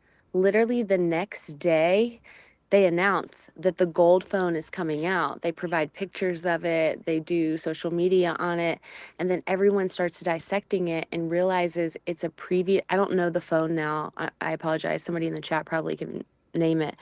It's a version that's previously been out. The new one's coming out in China, and they're basically offloading old stock, and they like zoomed in on the picture and there was like a scratch on the phone. Like it was just like really messily done. It's obviously in response to the bad press that they got from Wow. Donald Trump just like forever scam artist 101, scam artist 47. has been Just like- saying to invest in Boeing forever and ever, like since he's always been running for president. And like that's a stock, like you look at like how it's kind of gone up, and also the American dollar. When he's like, I'd still keep it. I'd still keep it. And like we kind of got so much different control in those than we did in previous years. It's like, oh, it's not as scary to have those things if you're carrying them. Was lot that of old people I Melania know coin had- like rugged? What got rugged? Melania coin, wasn't that like a rug? Oh yeah, that got rugged almost immediately. Oh, yeah, it wasn't nearly as good as the Trump coin. So wild. My God.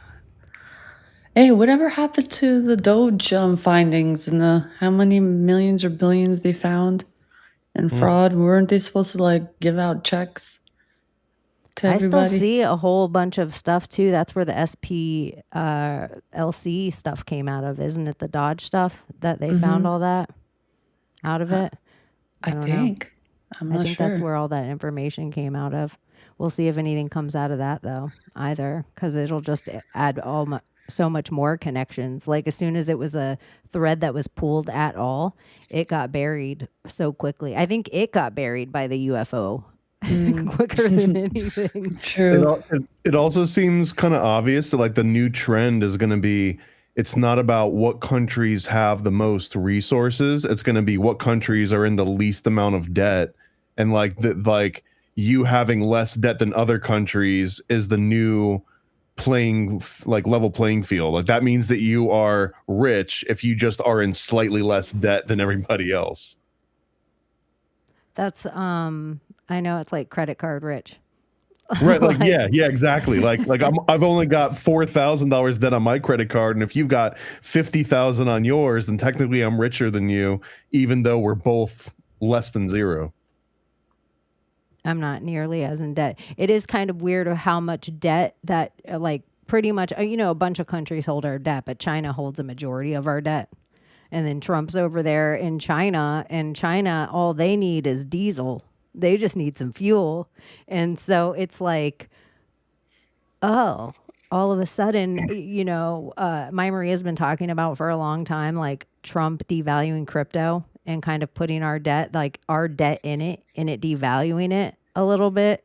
And then all of it. So it is kind of interesting, all these it does seem like our debt is some kind of deal debt is totally a psyop. It is another They ticker. can't actually collect on it. It's not like China can just be like, you know what, we need to settle up. Today's the day that you settle up. It's not secured. Yeah, what is it secured by? What are they going to come and collect? And if they try and claim it all, and then people don't have any money left, and they can't buy the things that we were in debt for buying to begin with, so it like halts the entire system. So like it has to. I don't know if any of you guys have read The Creature from Jekyll Island, which is like a pretty dense book, but he makes a really good case in there that debt is money, like the way the governments see it, that you have to be in debt in order for your money to work, and you have to be in more and more debt as time goes on, because basically you can't have infinite growth without infinite debt. Yeah, it's like The thing $50 that- on every dollar. Chaney was saying is that there was a video that went around that was some individual from Russia that was like, this is what Trump is about to do.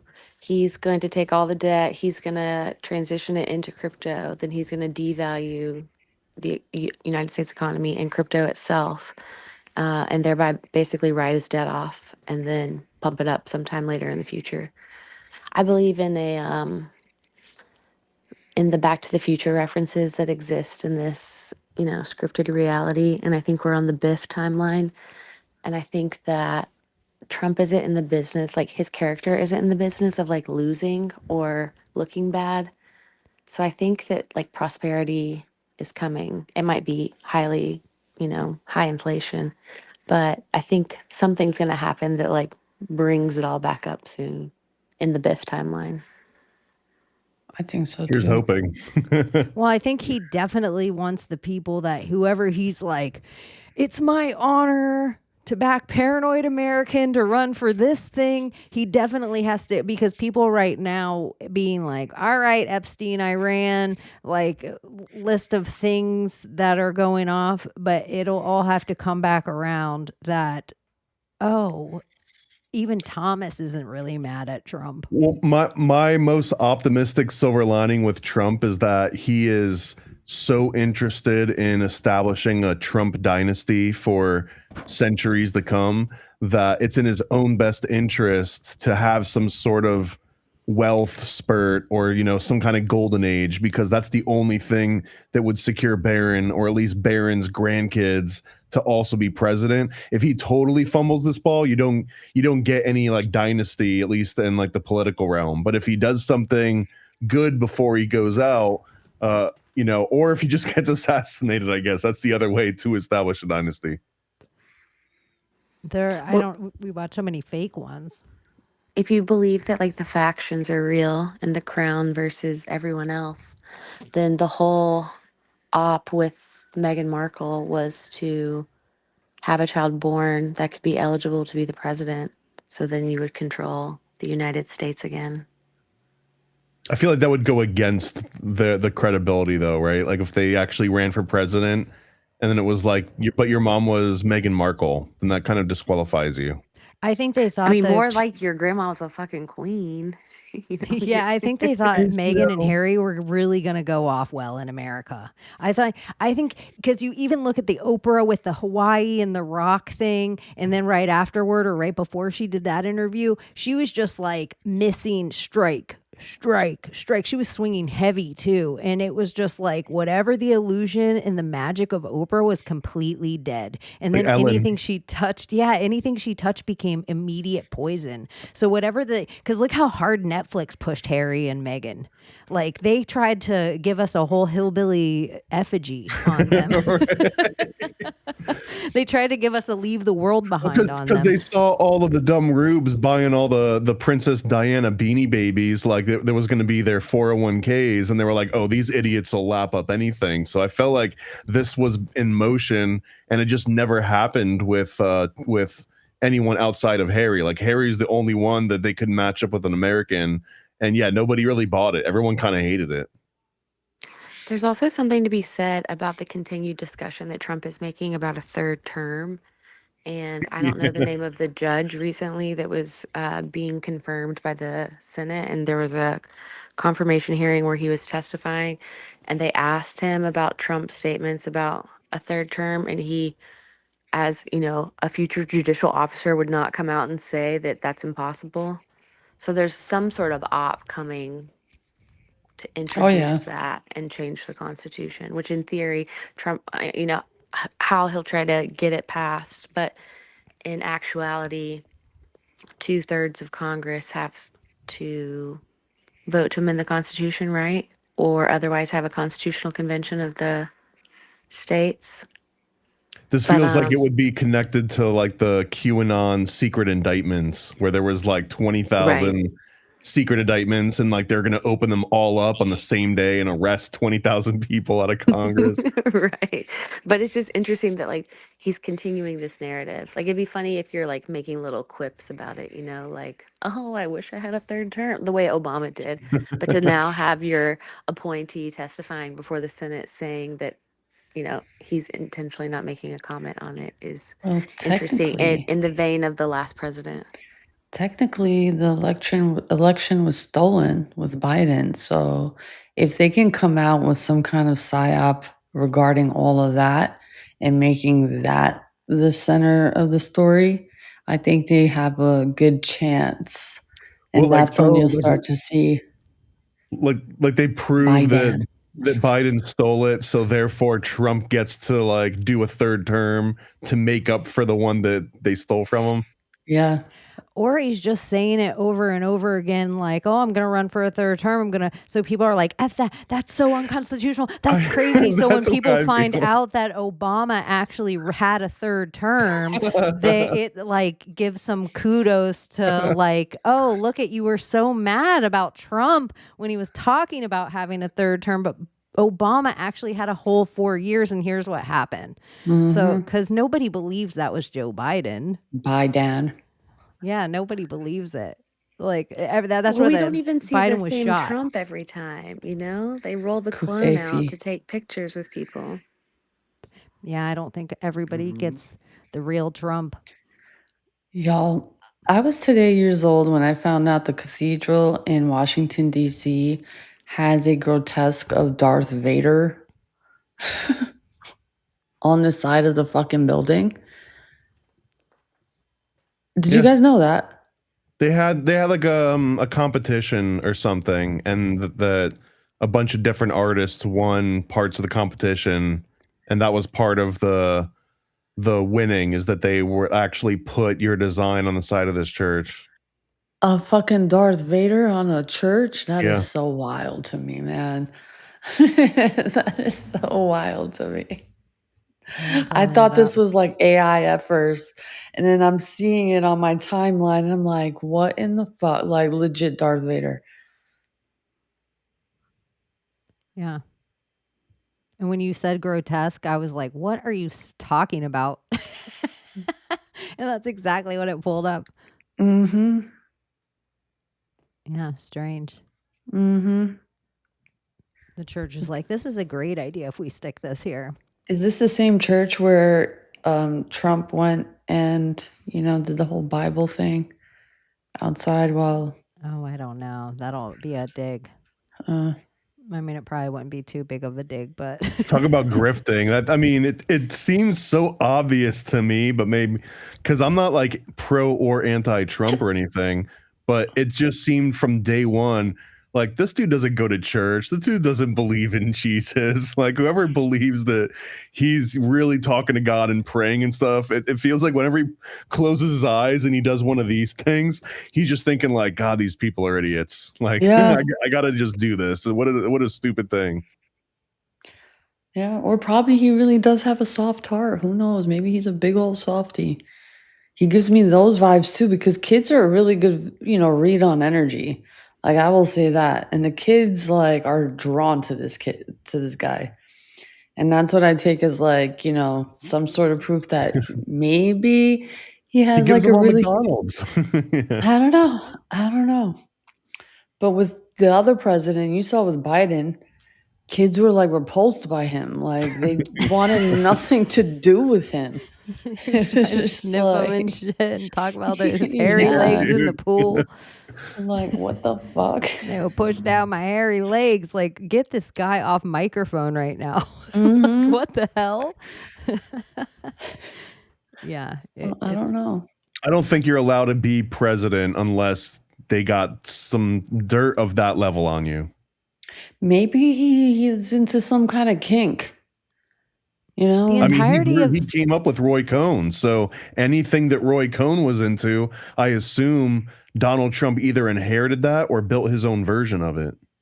Yeah, I think maybe Roy he's- Cohn, if Roy Cohn and him were really as close as, then that would be the reason alone that he would have a long game to get Fauci. If Fauci killed my best friend, it might take me a few decades, but I'm going to make sure I get you. Surprise, motherfucker. Yeah, and so when you look at like Donald Trump had a lot of like gay guy friends, even a lot of his little mannerisms. Little New York. Little New York. Fugazi, Yeah, the Fugazi. YMCA, dude. The YMCA is the gayest song. It like It really is. yeah, like everything is that was probably Roy Cohn's favorite song. And it's so Studio 54. And hey, I have a maybe he Mandela likes with to that get song. pegged. Oh, sorry. Oh no, I'm sorry. How many people do you remember?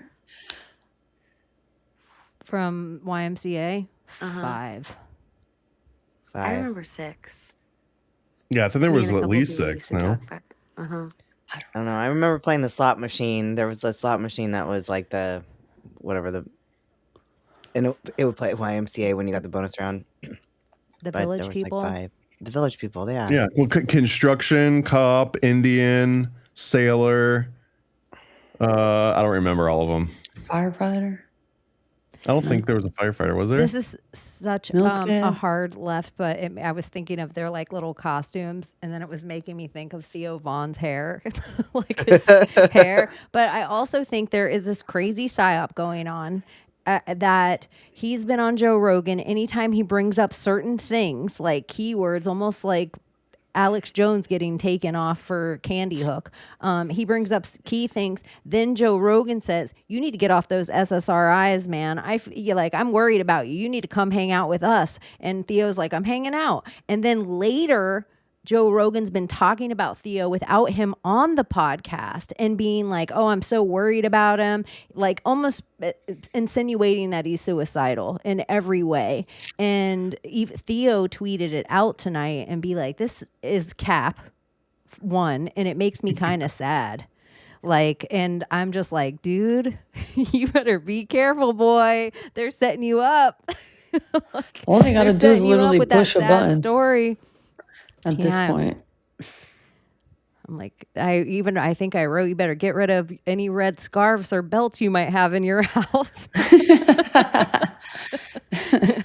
I just feel like Joe, in my opinion, he's so dangerous because he is the Rogan horse. He's the Trojan horse of everything that happens. He does it. So he's like, "I'm anti go getting that vaccine. You need to take ivermectin. Make sure you take a PCR test before you come and sit on my show. And I'm going to have a doctor here right off the side, and they're going to be giving PCR tests to all my guests." So he normalizes the PCR test. And I would argue that's where anyone that got sick was sticking Q-tips up their fucking nose all the time. And so he also, the night before the election steal, he had somebody on that literally, like almost like how they put somebody outside the Twin Towers to say it fell on their footprint, to be like, "Well, I expect Trump to have huge numbers until about 3 a.m. and then a huge windfall of votes." It was like he said the exact script of all these fake votes that got counted at the last minute in Georgia and Arizona and these places. So I think Joe Rogan is this really dangerous thing. So him saying something about Theo Vaughn more than once, that he's getting in front of it now instead of fixing it, is worrisome to me on Theo Vaughn's behalf. Like, Yeah, get it's the giving- fuck out of Austin, Texas. Get out of CIA, Texas. It's giving 86. Who are they investigating right now? Some James Comey? Or yeah. It's giving that. Speaking of which, did have Candace Owens and Owen whatever and Ian Carroll been back on? Yes, Okay, both of them have been. because I know he did the whole "I'm not suicidal" thing. So Mm-hmm. Wait, can you give me a glass of I feel like everyone should add it to like their pronoun lists now. Like, I'm not he, him, suicidal. / not suicidal, or suicidal, depending on which one you are. It's so crazy. Like, I don't know. It's so crazy. Like, in lieu of the David Wilcox thing, I want you guys to know that I'm not suicidal. Like, why would you attach Yeah, yourself why? to that? Yeah. That's weird. But I know Candace is out of town in Rome, and it's not important. Don't worry about it. She's getting her script. So she can come Rome. back. Yeah. From the Vatican. Yeah, the Vatican script. Anything else go on this week? Oh, pandas aren't real. That's what I called the episode. And since Trump was in China, I was like, can we just talk about the bullshit that's called pandas and how they keep trying to shove them down our throats, and they're obviously not a real animal. This is bullshit.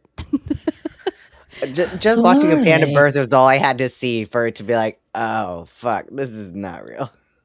It's so crazy. The entirety of it, they can't exist in nature at all. The food they eat is actually poisonous to them.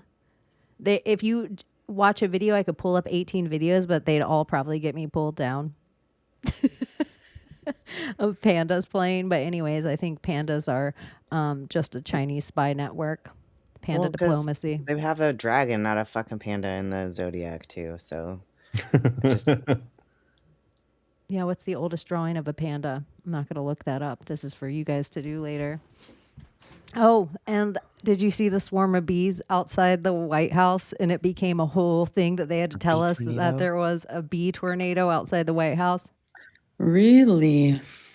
And apparently it's really normal. When the hive gets too big, it separates. And the old queen takes all these other bees over and they do like a peaceful swarm until the little whatever forager, I don't know what kind of bees, go out and search for a new home. And then once they find it, they all go to it. Says the robot. And then one So- of them turns into a new queen. Yeah. Like Yeah. they have to technically like manifest that, and whichever one does it first becomes the queen. it In a would suck to sense. be the queen, like the queen ant or the queen bee or whatever. You just sit there and like all day fucking have larvae. But you're Like you just be also, constantly giving birth all the time. but You're But like- you're being fed and everything. and your mental, I don't you're care. creating the honey. So you are your exact chemistry. You're like a bee alchemist. You're like, I want a little bit of lily in this, and I need this one to go and like getting caught in a human hair and come back to me. I need this one to like go into a gardenia, and then it makes its little honey mix out of it. So the queen's Little constantly potion. telling all the other ones she, what like, to do. She is the hive mind. Like Yeah. she's the thought that drives all the other bees to do whatever they do. And isn't honey like poo? No, Right? I don't think it's like I think it's poo. regurgitated. No? It's like Oh. vomit more than Yeah, poo. more like vomit. Honey, poo, Ask your or robot aloud, vomit? and Oh, then I we're gonna don't call. know. Then I you're don't gonna like call my the White robot. House. I don't fucking like fuck my. What about if you just call the robot? White House on speakerphone? No. You're not ask feeling ask it them if tonight. honey is poo or vomit. Yeah. I I'm just sorry. feel I just like- know you have the beehive there, and this is a new thing. Can you just tell me if honey is bee poop or bee vomit? The White House bees specifically, though, not Yeah. all bees, but the White House bees. Oh, it's And then- neither. When there's a new queen, do they Neither. have to go and tell the president? Bees have two stomachs, apparently. They're like mini cows. Yeah, one for regular digestion and one is separate for honey stomach or crop that act like a biological backpack to store plant nectar. Then the process is nectar is mixed with natural enzymes in the honey stomach. Back at the hive, the bee regurgitates, the mixture and passes it mouth to other bees. Oh my god, what the fuck? Okay, interesting. That's vomit. I would consider that vomit. This is It's not a vomit, but it's out of its second stomach. Yeah, because the nectar never enters the digestive stomach. So it's But kind. it It's goes weird. in the mouth and it comes back out It's the mouth. still So vomit. It's still vomit. It's in a milk and sense. honey. It's weird that they both have extra stomachs. Like That in the little land of tiny milk and thing. honey. Like something that small too. It's weird. And And it bees produces all of that. in unison when they lay on something, if there's a predator around, they lay and all like vibrate together so they look like flesh. Like it looks like crazy breathing flesh. Like you're tripping on acid and it's just like fractaling. And bees seem like crows. They'll remember your ass. they were just on the new Fear Factor too. It was like a whole bee episode. Yeah, that's what I think, Art. It's like cud. I never even thought about it before. I wonder if there's some kind of like honey thing you can do with bee, like cow poop, to get There better was a study mushrooms. on some kind of on bees. I don't know which species, but I believe it's the honeybee. And apparently, a lot of them have been tested for like Alzheimer's. And apparently, a lot of them suffer with Alzheimer's because of all the metals that are being sprayed, apparently. I'm not sure if this is a psyop or not, but they've done a study about 10 years ago, 2010, I believe. If they have And Alzheimer's, if recently. just the queen bee gets Alzheimer's, everybody else is. I mean, they lose direction. They forget what they're supposed to be doing. It's just very interesting when I read up on it. The birds and the bees. Bees in Weird. the trap. Bees in the Bees trap. in the trap. Bees on the timeline again. And bees are a UFO thing. And so it keeps coming up everywhere, like bees Queen and bee, Beyonce, yeah, the hive, the mothership. It all seems very bee oriented. and Trump the beekeeper. Yeah, it's pretty nutty. Anything Bees else in the this trap. week? Yeah. Bees in the trap. And that's Nikki, isn't it? Yeah. How ironic. But that they put on the timeline, all of a sudden it became like if the government owns TikTok now, all of a sudden Linda Perry, what's going on, mixes with bees in the trap, and then we get all these things, and then Nikki does her little routine. It like puts her on the timeline. Even the fear factor of it all, like, you know, bees were going extinct and everybody was going to die on the planet, and now we can put them in fear factor. Like, that tells you all you need to know, right? And now they're swarming Israel and subways and everything else. Well, even, the elementary school that I was just talking about, I walked out the other day and there was a huge swarm. I like walked right through it. I was like, oh shit. But I had to get to my car, so I just walked like it was rain or something. It but was part of the global warming Al Gore thing, is to tell us all the bees were dying, when in reality it was just because they'd put all male trees in all the cities. And so in all the cities, there was no bees because it was all just male trees. Makes more sense, in my opinion. Is there anything else going on tonight or this week that you guys want to plug before you skedaddle? Not in my world. I got a busy week on my YouTube channel, so if you want to come and watch some new content, I've got an interview with one of my friends, Cameron Harmon, who's training to get his PhD as a psychiatrist, and he's like all in on MK Ultra and maybe schizophrenia or demons and stuff, but he's like an actual psychiatrist.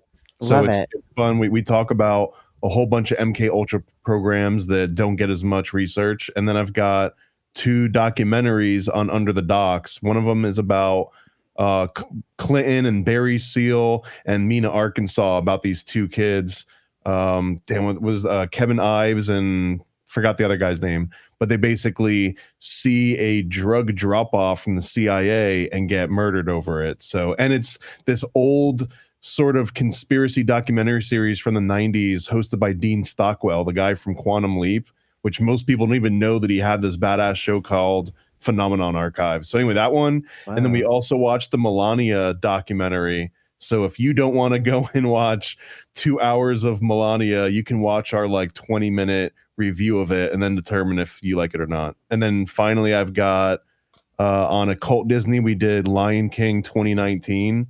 And the main thesis is that they're normalizing children to eat bugs because like we didn't take it, like all the cockroach powder and the cricket powder and all this stuff, like the protein, like our generation never really bought on. But if you can get younger kids to kind of buy into this, then I think that this is ground zero. Lion King is ground zero for teaching kids to eat bugs, because the whole premise is that the Lion King makes friends with the animals that he would normally be eating in nature.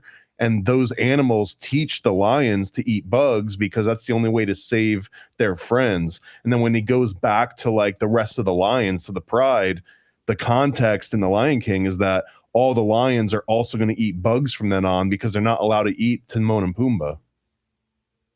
That is crazy. I didn't even know that.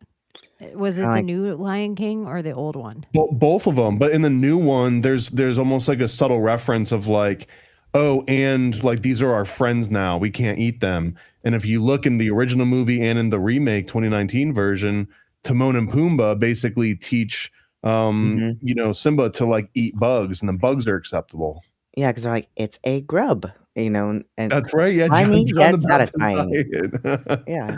Bugs Well, and and honey. then even if you go into Finding Nemo, fish are friends, not food. But they you can know? eat bugs. Yeah, they can. They can't eat fish though. Sharks can't eat fish.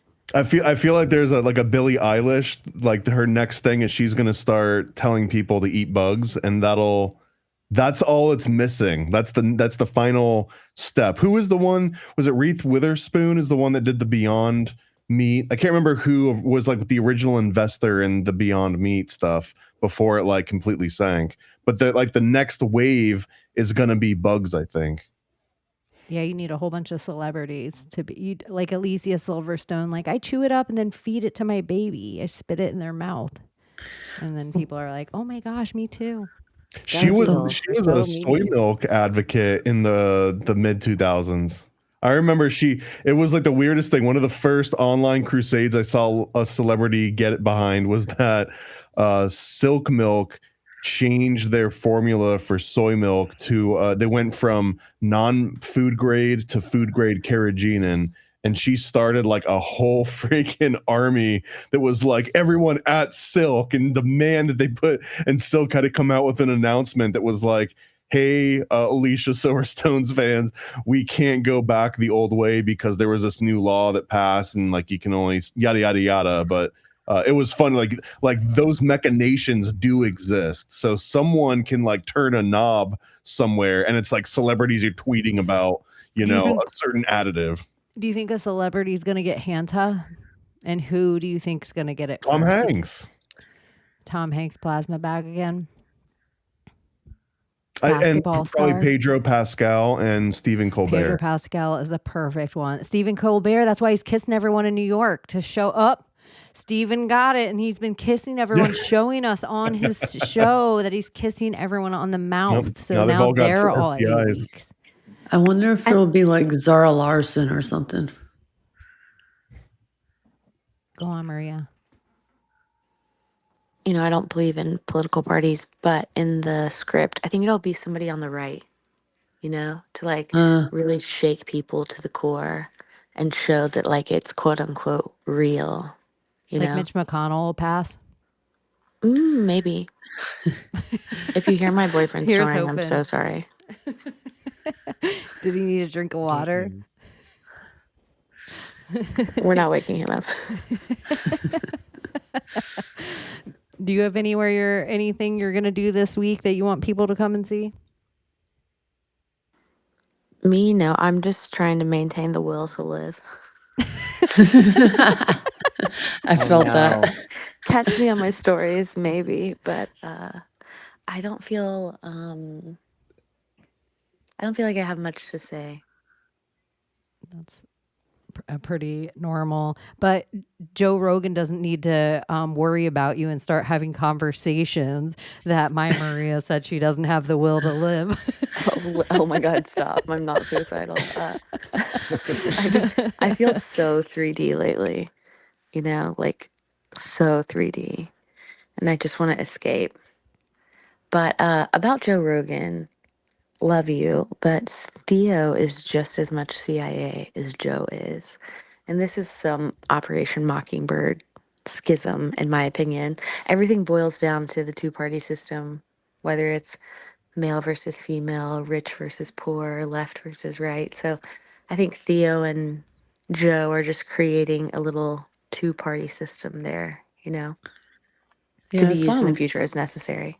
I saw him live on a comedy show. He's not really funny. Like, his podcast is funny. His comedy show was not it. Like, I was just there. I'm like, where's the funny? And wasting my life for no reason. Do you think he has a wig? I don't know. That's a good question. Weave. Come on, guys. Probably. Bigger and bigger the bigger his career gets. Yeah, it's getting more flat iron and It's floofy. very, very Farrah Fawcett. It's giving, he's probably like actually bald under there.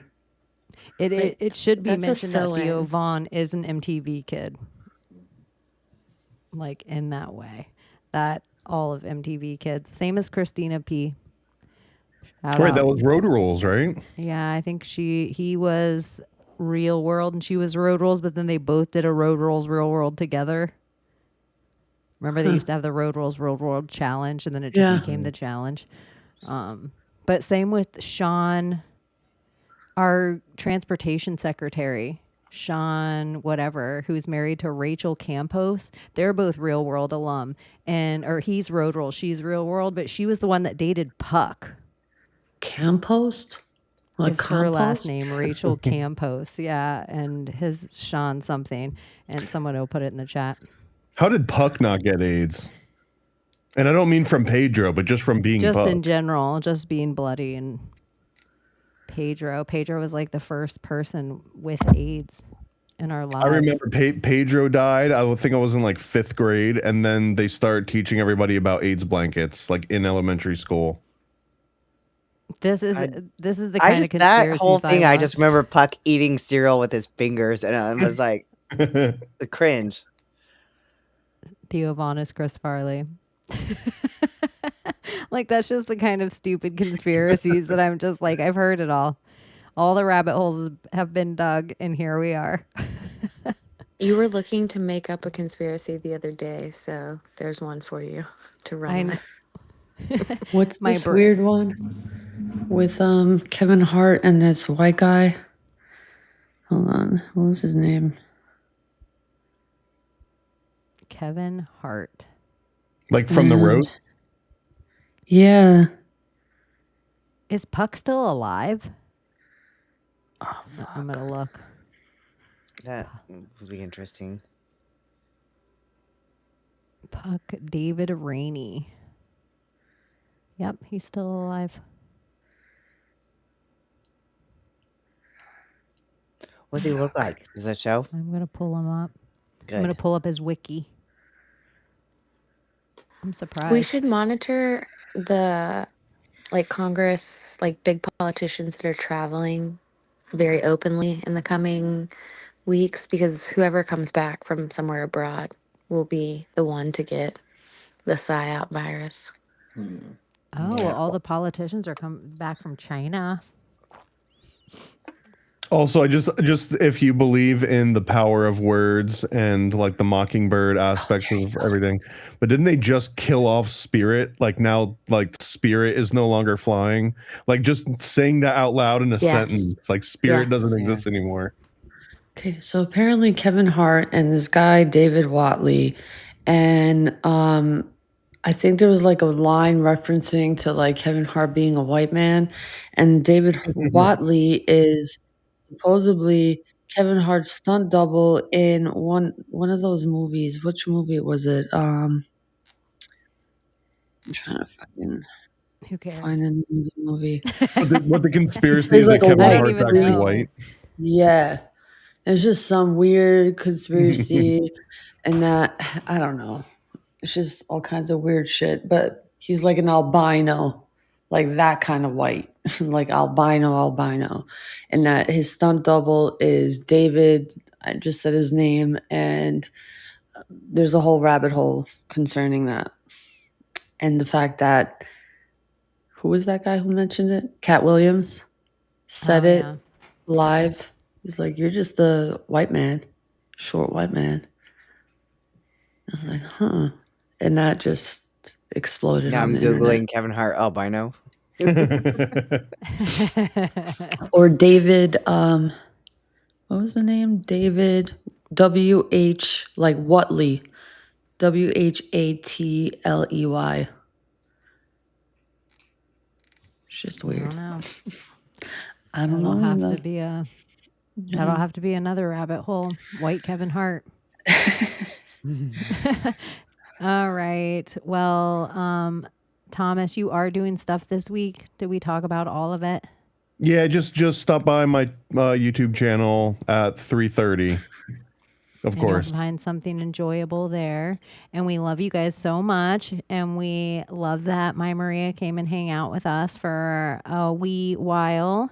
And we appreciate you guys, and we will see you next week. And if you need to turn it down, because Juliette Lewis comes hard. Can you save us, Britney Spears? Can we be saved? God, why is Satan controlling the universe? Here comes Santa. Here comes the world we used to think we knew is constantly exposing woo. Our possibilities come true. So what we do is call out to the good guys, good guys. Witches, widows, MAGA, mystics, entertaining cunnilinguists, good guys. The forum of the quorum needs a secretive society to advance our philosophies intentionally, magically, good guys. Conspiracy, sex, cults, Jamaicans, it's okay to change your thinking, good guys. Good guys, good guys, good guys. The world we used to think we knew is constantly exposing woo. Our possibilities come true. So what we do is call out to the good guys, good guys. Witches, widows, MAGA, mystics, entertaining cunnilinguists, good guys. The forum of the quorum needs a secretive society to advance our philosophies intentionally, magically, good guys. Conspiracy, sex, cults, Jamaicans, it's okay to change your thinking, good guys. Good guys, good guys, good guys.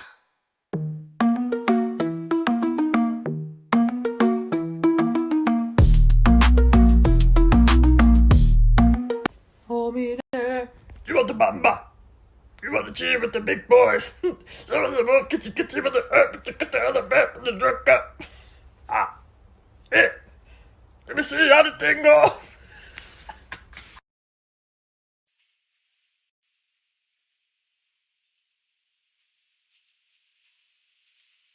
You're still here? It's over.